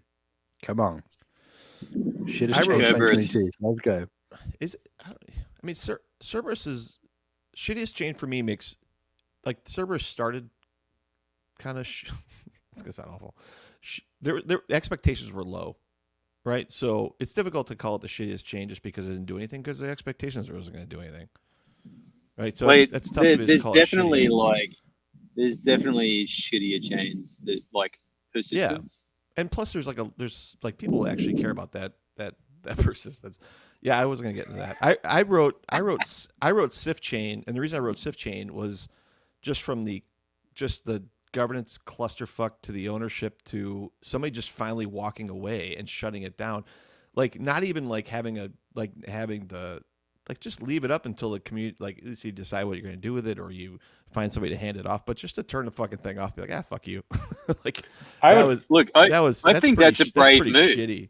That's I brave. think it's yeah. a brave move. You take other like shitty chains, like fucking Sentinel. Sentinel's broken, doesn't do shit. Got no point to have a chain. Still there. Just Still fucking there. turn it off. I Get would some balls, give turn it up. Sif Chain and Echelon. I think those are my two shittest chains of the Oh, year. yeah, Echelon. That's where they call that guy. They're calling names on Twitter and shit, like fuck Yes. you or whatever it was. Yep, that's the one. And he started throwing racist rants around. Is that the right. EVM one? Yeah. Yeah, Echelon, about I think, that was like the second EVM chain to pop up after Evmos. Is it still around or is it gone? Oh, no, it's still around. Still running? The founder guy, he messaged me like a week ago or recently, and he was like, hey, how can I get back into your good graces? And I was like, no, I'm not even going to respond. Like, What's I want to be in your the good line from graces, Shilzy. What's the line from the end of the second series of The Thick of It? Oh, I know what you can do. You can write this down. You can go and find a hostel nearby, get into a bathtub, and take an overdose of barbiturates. How does that work for you? Well, I think Rama was the one that brought that to light, right? Or was that CRX 360 or whoever? about the Echelon craziness? Yeah. I don't remember. It was pretty ugly. It was fun though. That's all right. That's a good one. I think Rama in the chat even shouted out Asset Mantle, which I was like, Yeah. is that even a chain that launched? Yeah. Really? That launched this year? What do they do? Upset Rama. They were part They're of one the of those Convex scandal, circle right? jerk of fucking chains, right? Yeah. Isn't that part of the Convex asset persistence? mantle Yeah. persistence SIF Yeah. chain. The circle jerk of chains. Is what you called it. Circle staking. Circle staking. Circle staking. That's right. Sorry, staking. Yeah. Professional Joking. circle staking. How are we gonna get to a winner on this one? This is gonna take forever. It's tough to. I don't Like, know. I don't feel know, we like might this need- is where we need an ETF of shit chains to vote on. We need like a DAO just to vote on the worst shit chain. Yeah, it's difficult, this one, isn't it? This I one's mean, Is it I mean, total grab bag of chains you can chuck into a nice fucking shit chain ETF? Echelon's my number one because I think it's the one that started the exodus and making it okay to leave a chain. Sift chain, things are going awry, but still Yeah. people didn't leave it. Right. Echelon, people were like, all right, I guess this is the time we're actually leaving now. Yeah. And so since Kerberos then- had a proposal that was drag Kerberos back to hell. I mean, so good. Yeah, that's good though. Like that, I'm down. Like that's an opposite shit chain type of move. I think. Right. I agree. I don't think that's a shit chain type of Yeah, call. turning the thing off is a shit chain move. Like just like fuck you, just fucking shut the website down. At least they had a proposal. Let's kill this thing. yeah, okay, fair enough. I guess there's two types, aren't there? There's the promise a lot, deliver nothing, which is either scam or foiled ambition, and then there's the other one, right, which is that you kind of promise nothing, do nothing. That's Kerberos. So like, what shitter? What shitter is it? Tis better to live by the slings and arrows, something, great fortune, and then lost. Sift chain, or better to just be shit from get go, like Kerberos. Don't know. I think it's a former. That's the definition. But there's still how many? We have like at least a good 10 or 12. Ooh, nominees, Galaxy right? meme chain shouted out by Soy 2 Studio. Somebody else shouted out Dig. Did Dig Dig. ever do anything?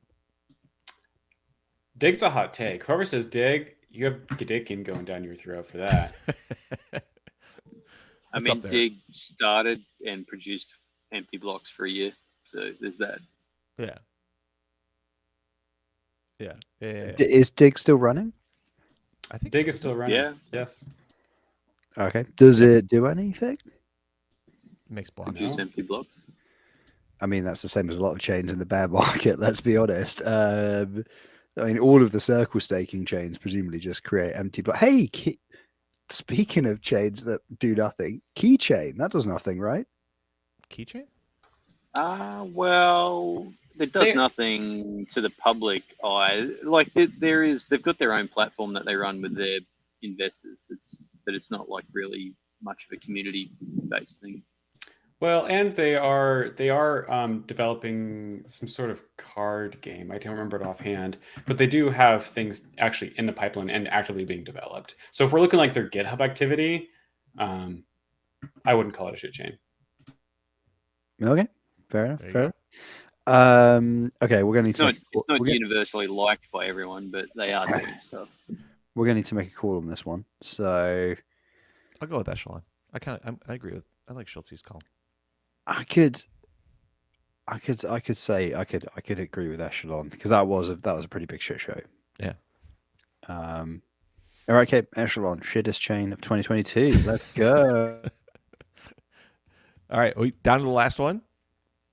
I think we've got 2 left. We've got Are you adding more as we're typing? Maybe. no. Line 22, row 22, B22 if you like on the Yes. spreadsheet. Best. Oh no, wait, that was best tombstone. I'm an idiot. We've already done that one. B23. Yeah. Best all-round drama of 2023, 2022. Oh, I'm Best so all around funny. drama. Best. I all-round. mean, Prop 16, I it's just there's no comparison. There's truly no comparison. The only thing that could make us like go to lawyers and be like, listen, are we all going to jail? And for the lawyers to follow up with yes. Oh my god, like the existential answers it provoked as well, where it's just like, but really, what is regulation? I was What angry is at you for even having this as a reality? category just now. Like you just saying that as a category just made me almost fucking instantly angry. Sorry. Oh, That's dear. like that's the provocation of Prop 16 internally now. It just fucking makes me angry. Well, okay, and then coming out like the whale does all this research and finds that wolf contract was the one that was actually selling on everyone. So good. Yeah, it's pretty funny. Oh, and then published a YouTube video of their private chat because it turned out that they had an existing agreement where they were basically bankrolling shit, and it was so sketchy. The whole thing just had like twist and turn after twist and turn, and they never they followed through with everything. The fact that the whale always like kept consistent, and then it would like turned out like Wolf Contract was the villain all along. It's just like what? It was wild. Like the whole insane.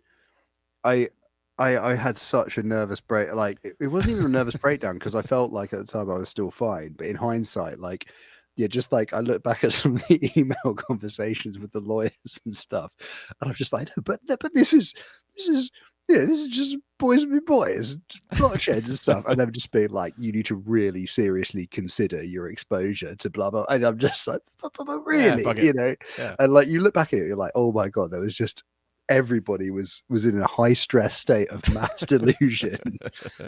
On like I think out of everybody, you were definitely you were stressing yourself out way more than anyone else. Like I remember just the group chat, and you were just like so fucking stressed out.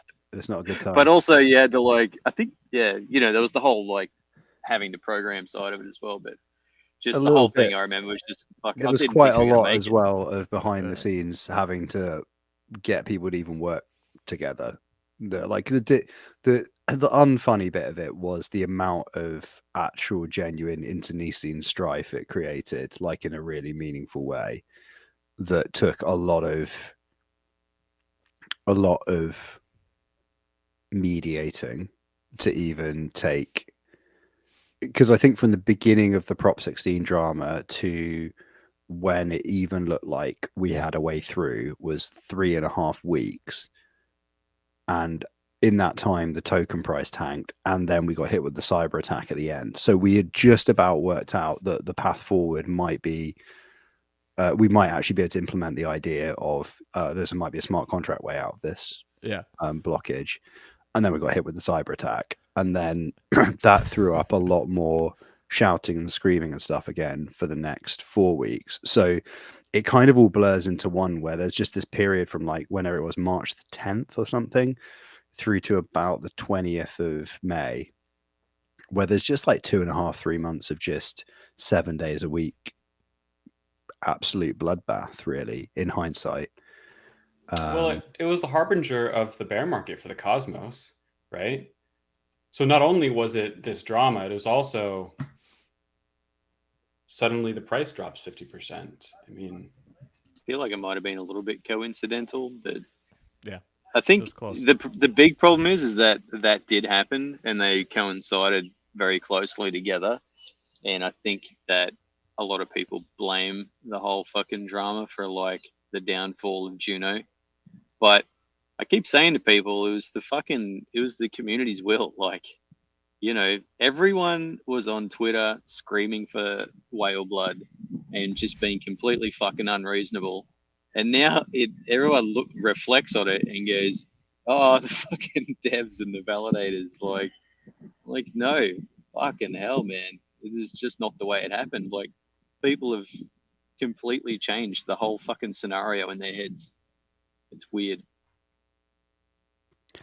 Yeah, but then, the flip side of it is that there are a lot of fundamental problems with DPoS and governance, and something like that was going to happen. It just happened to be that was the thing, Yeah. And like in hindsight, it's also true that it needed to happen, and it needed to be, and it was going to be a bloodbath. I think the extent to which it got out of hand, the cyber attack, then just all of it really, it was probably worse than it needed to be, but something like it was going to happen and arguably needed to happen, with like I say, with the benefit of hindsight. But it probably is the best all-round drama. Though actually Rama has brought up a good point. Bro, Prop 82, Nazis, etc. Which I guess there is also a much more kind of, because the whale thing, you can argue even a lot of the people who acted or screamed at each other in somewhat bad faith at times were just very passionate about the subject, and there was a lot of bad faith arguing, but there were a lot of people who just got caught up in it as well. There is a much more insidious thing that has been kind of sort of bubbling along the surface for all this time, and a lot of the time was kind of just not present, which came to the surface with all that sort of stuff, which is, oh my god, there are people just walking behind you now. That's so funny. They're just checking their phones. There are completely oblivious to anything that's going on around them as well. Completely oblivious to being on the premier technical podcast in the Cosmos ecosystem. Those three people, best bystanders of 2022. But actually, there's been this storm brewing about essentially anti-Semitism in the Cosmos ecosystem that did come out quite uglily towards the end of the year as well. And I don't think I would vote for this as best drama because it is very ugly and it's not fun, and we're trying to kind of do something a little bit fun, but I guess that does need to be acknowledged, which is that yeah, the Cosmos is a rudderless ship. And at least from a kind of high level, it would be it has the opportunity to be a lot better if there weren't essentially trolls at the top of the funding hierarchy, the organizational hierarchy of the original organization that birthed the ecosystem, something like that. Don't know quite how to phrase that, but that's what that entire episode showed. So Prop 16. Anyway, moving on. Can we just call it Prop 16? Yeah, that's the winner. We just call it Prop 16. Yeah, okay, right. We'll call it Prop 16. Let's ignore the rest of this. Hey, so before they were trying to get Rama to actually come on with us, and he was complaining that he couldn't do it because he was out with his family. Yeah. And I just wanted to point out again, although I did this earlier on when Rama wasn't here, but Rama, I've gone to this type of effort. I'm in a fucking park in some town. I drove an hour this morning to get here, away from my campsite, so that I could come here, so I wouldn't miss an episode. Oh my god, look behind you. Look behind you, Noel. Look behind you. It's Rama. It's not Rama. I did get all I'm saying is that Rama couldn't have been bothered to go to a park bench somewhere to jump on the show. Perfect. Now he's going to miss out on those sweet community funds that we're going to put in for. Yeah, we were going to have been a part of that, dude, but no. We were going to vote you into the community pool fund thing. Is this a DAO? Is this a DAO? Okay. It's always a DAO. The answer is always a DAO. The question is not, do you need a DAO? The question is, when do you need a DAO? Right. The question should be, why is this not already a DAO? Followed by, is this already a DAO? Ask not what the DAO can do for you. Ask what you can do for the DAO. Wait, can we put that on? We need to redo our Twitter poll. We need to redo our Twitter poll for merch options. So Rama, by the way, says, Noel, show me your unhappy wife and child. I left my unhappy wife and screaming child at the campsite, so I could come here. That's not who was walking past in the Did you background do there. They're beating people up in the background. It's so weird. It does look like a green screen, but we know it's not. It's definitely real. It's just, it's very, because of the lighting difference. It's fucking daylight as shit out there, and I'm in the shade. So yeah, it just looks like it's painted on. It's the effect. It's been freaking me out the entire podcast. It's really uncanny. Really, it's not quite nearly something. yellow enough either. It's all fucked up. Yeah, I mean, where's the yellow? Where's the yellowy tint of Wake and Fright? Yeah. Okay. Final question then is three best and three worst moments of 2022. They can be anything in the cosmos, moments, business decisions, kind of just a general things you want to call out, I guess. So, well, coming up with three is hard on the spot, but I think for me, starting my first validator was probably my biggest moment in the Cosmos. In this, well, I mean, that wasn't even this year. That was really last was year. like the end That of was last last year, year. wasn't Fuck, I don't know. Yeah. Don't know then. Okay, well, I'll kick it off with one of the best to me was the relaunch of Juno after the first cyber attack. I think that was the way the team pulled together, the validators, and everything like that. Like, it was like, I think regardless of anything that happened this year, not only was that like kind of cool and awesome, but I think like it's one of those things that Schultz was talking about before the show was like, whatever you look at having happened this year, there's like a huge amount you can learn from it. And I think like absolute, best things would be like the chain relaunch, and then how smooth, when we got attacked the second time, how smoothly that went when we had to relaunch second time was like directly related to that. So I'm going to throw my second one out there would be the people I think that we've worked with. I think particularly, obviously, I'm biased towards this podcast and the validators that we all kind of work closely together, even though we should in theory be competing, but I guess we sort of help each other out with advice and stuff like that, and also just having somebody that even understands the craziness of this life. I think it's also kind of group therapy, isn't it? So I'd say, if we're doing best of the year, it would be, in no particular order, Juno relaunch, the validators, the validator gang, the group chat, and the third best thing would be, I know it's shitty, but when you see a tombstone that is enjoyable.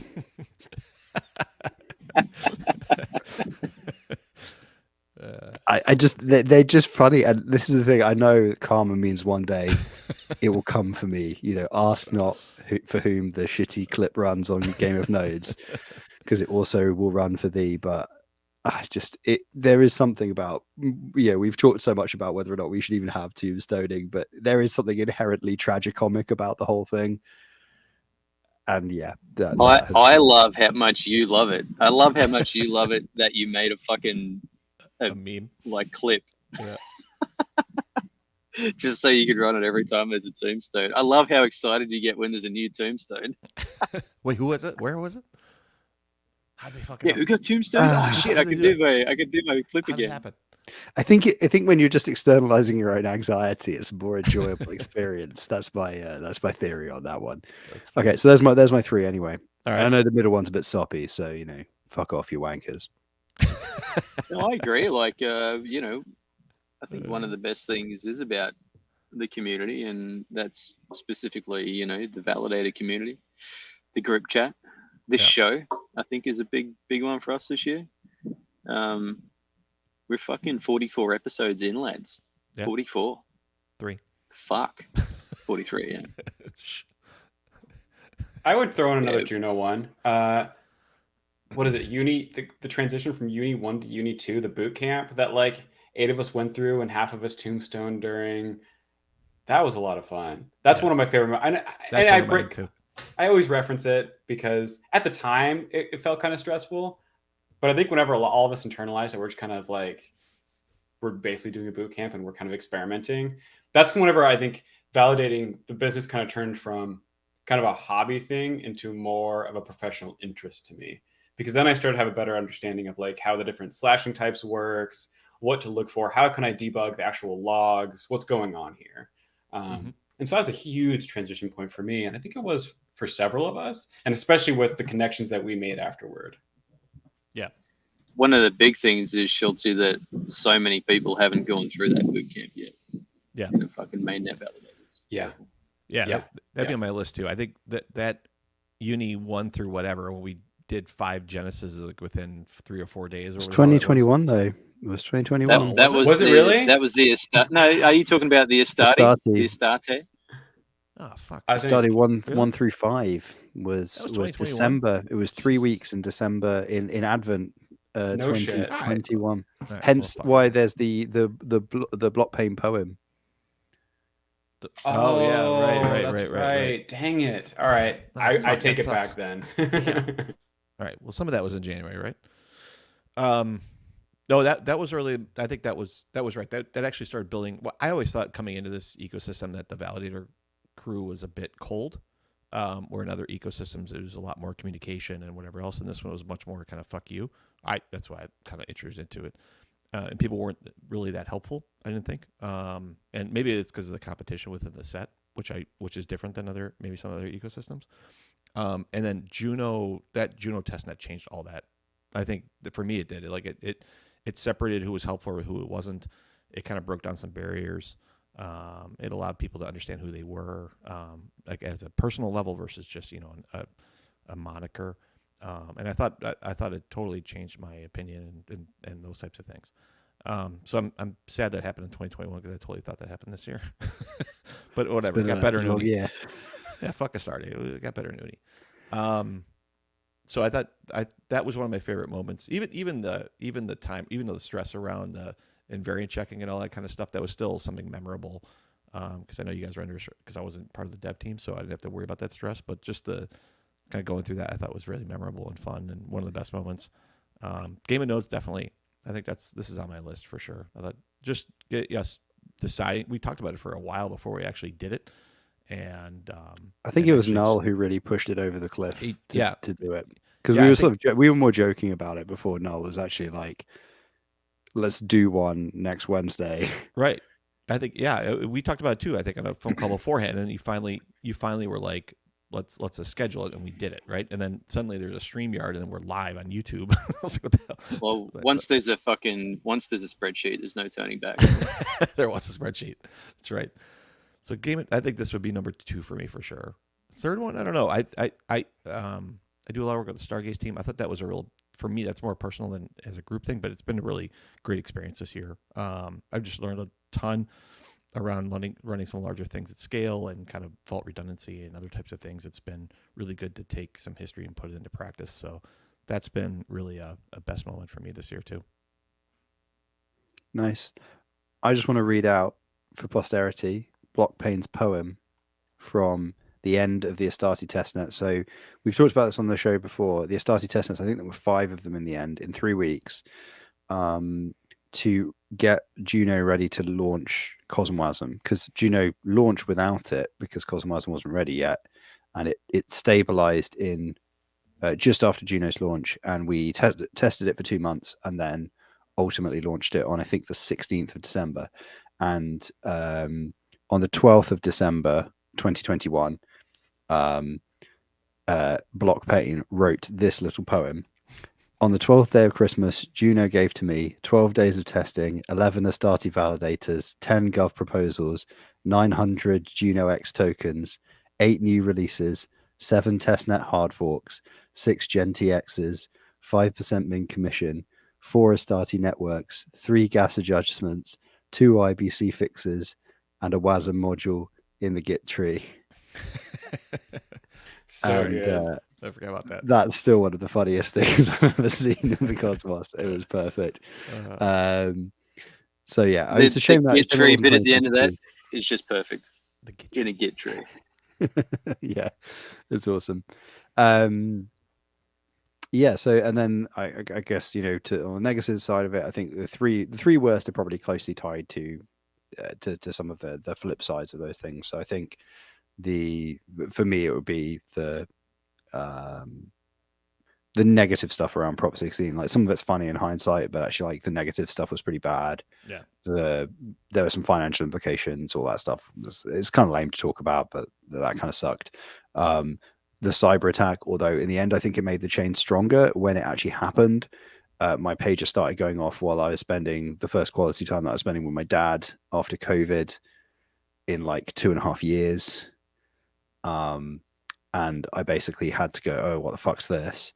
Mm-hmm. Oh, we need to immediately stop what we're doing. And I need to go back to a desk where my laptop is immediately. And we were like 2 hours away from my laptop, which is probably one of the last times I was ever 2 hours away from my laptop. So that was really hard, I think, for both me and my family. And that I think from talking to other people, I think as well, like the rush of like the bull and then the collapse into the bear has also been like there have been moments, I think, for everybody it's been full time or like, working in some cases, like working 6-7 days a week on this stuff in the last year. I think that's also taken a toll on people's like mental health and families and stuff like that. And I think that's that probably is the other two right there. Worst things are just like, I think work-life balance is very, very hard to do as either a dev in this ecosystem or a validator, because if you're a dev, you have to launch while times are good. If you're a validator, you're kind of second guessing everything and trying to work hard to take the edge off the risk. But actually what you realize now, and we can see clearly now in hindsight, is actually it doesn't help you at all. It's largely beyond your control, I suppose, which is that's maybe a final good thing, I guess I would take, as the perspective of actually you could have had the work-life balance all along, because when the bear comes, cue When the Levee Breaks by Led Zeppelin. Yeah. And there we go.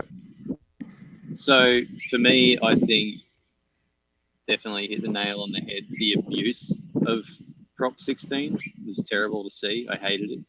And it just made that whole couple of months just fucking shit to be around. And it's, just specifically the abuse out of it is just completely fucking unnecessary. And the way people were acting was just absolutely fucking out of control. And I hated it. Number 2 would be trying to figure out tax is just fucking annoying. I hate it. But possibly from like a different perspective, like looking at it holistically for the cosmos and the community, probably the number one worst thing to come out of this year was the collapse of UST and Terra. I think that hurt just so many fucking people. It's not funny. Yeah. And that guy should be in fucking prison. But anyway. Yep. Yeah. I digress. Schultz, I'll go. I agree with all those. The other ones, I think some of the worst of this year has been just community pitchforking on different types of things with a lack of information or not having the whole story and everybody kind of teaming up in some sort of way. I think that the judge, jury, executioner structure within Twitter and the Cosmos seems to be, I don't know if it's unique to the Cosmos, but it's definitely amplified, I think would be a good way of saying it. And we joke about biggest shit poster and all that kind of stuff. And some of that is healthy, and some of that is really negative. And I think overall, there has to be a layer of trust within the projects that are within the ecosystem and some of the personalities that come along with that. And when you start adding this layer of horseshit on top of it, it just means that nobody new is coming into this ecosystem, or that they look at it and just look away from it. And so I think that has a pretty negative impact across the kind of the rising tide situation, which means that that the more of that negativity and the more of that kind of pitchforking aspect, people just kind of walk away from that, or they look at other opportunities to be able to place bets within crypto. So that I think is a pretty negative thing. I think it's grown, and the bear doesn't help with that, right? That it kind of amplifies a bunch of things as well.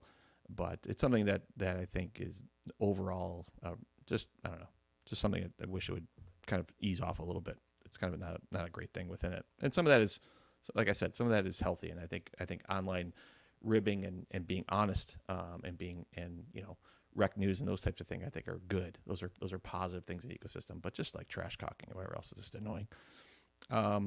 UST for sure is number 2. The third one, the worst this year. Oh man, I don't know. I'm not sure if it's just the some of the I don't know. Actually, I don't know if I even have a third one. I want to look going back to the positive of it. There has been a lot of good launches this year.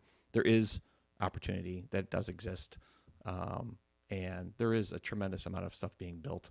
It's just a matter of if we get past some of these challenges and kind of start working towards the future. Yeah. I think I think the UST dying was the worst for me, just because I had so much of my basically emergency fund tied up in it. And that also led to, laying off 4 people, which wasn't fun. It's the first time I'd ever had to do that. And that was really tough. That was an extended experience. Having to deal with, the ramifications of that, how to have a strong conversation and make it not a horrible thing that they're being laid off? How can I provide support still? Now, granted, they were never full employees. It was like a contractor type of thing. But I tried to run my business in a holistically wholesome way. So I want my employees to have some level of consistency, or my contractors to have some level of consistency, and to lay them off was really tough.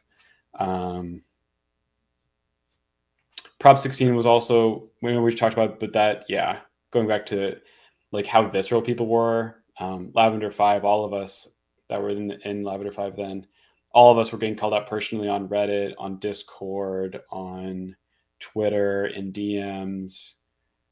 And a lot of people had not so nice things to say. And even after I put out our statement about like, well, here are all the things that have happened, and this is why we don't feel it's right to really vote on this at all. We voted to abstain. It just got 10 times worse. Even after writing, 10,000 words or whatever it is that I wrote, that wasn't fun. And I don't know that I've ever really recovered after that, after all that anger and hatred, because before, one of my favorite things about the Cosmos was the community, right? That it was so positive and pretty uplifting. And then suddenly, like, that community that was once positive really showed a different face, and that's hard to recover from. Yep. Third, I'm not sure. Those two are just, they stick out so far in my mind that it's hard to come up with a third one, really. Okay, so summing up there, we've got best, Juno restart, validated community, and some discussion about the third one. And the worst, we've got online abuse and the UST collapse. We can just do 2 and 2. Yeah. Just do 2 and 2. Deciding on the final one is splitting hairs, I think. But that's we come to the end of our regularly scheduled spreadsheet based fun. We've obviously done a slightly longer episode today because it is our end of year one. I think we've got a couple more things just to cover off before we end the show. But I think just back to I guess a bit of the conversation we were having on the group chat before we jumped on the call and stuff today, like kind of back to what Schultzy was saying there. I think like all of us, hopefully not speaking out of line here, saying that all of us I think have learned between all the good and the bad there, like probably I think this has been the biggest year of kind of learning and growth I've had professionally. And now having a bit of time, especially in the bear market, and having actually first week off, which I intend on continuing through into next week, barring any major fuck ups, it is all the more obvious how crazy this year has been, like in all the good and all the bad. And it's kind of astonishing as well. I know that obviously we all came into this eco at slightly different times, but I think we're all broadly 2021, middle of 2021 ish. Like the fact that this is kind of like 18, 19 months into, like, I think technically, I mean, since like March last year, my main focus has been the Cosmos ecosystem. So it's been, 2022 has been a lot crazier than 2021. Sure. So, I guess that's, I would like to just, again, reiterate that, like, with a little bit of reflection, I think we've had a pretty incredible ride, and doing this podcast has been one of the absolute best bits of that. So I want to say that again, in the best of, it's got to be Game of Nodes. So I'm going to put that in as number 3. Like and subscribe. Don't forget to like and subscribe. Delegate. Game of Nodes is, according to Game of Nodes, the third best thing about the Cosmos ecosystem. Delegate to us. And the third worst thing about the Cosmos ecosystem is all of the other little bitch podcasts that come at Game of Nodes. Because if you come at the king, you best not miss. No Twitter Spaces at 2100 UTC, by the way. No Twitter Space. Just so we're clear, Rama. Yeah, quit that bullshit. Hey, this is our time slot. There's 168 hours available during the week. We're only asking for 1 and a half. On this occasion too. So yeah. So and Soy says in the chat, Soy2 Studio says, based on that.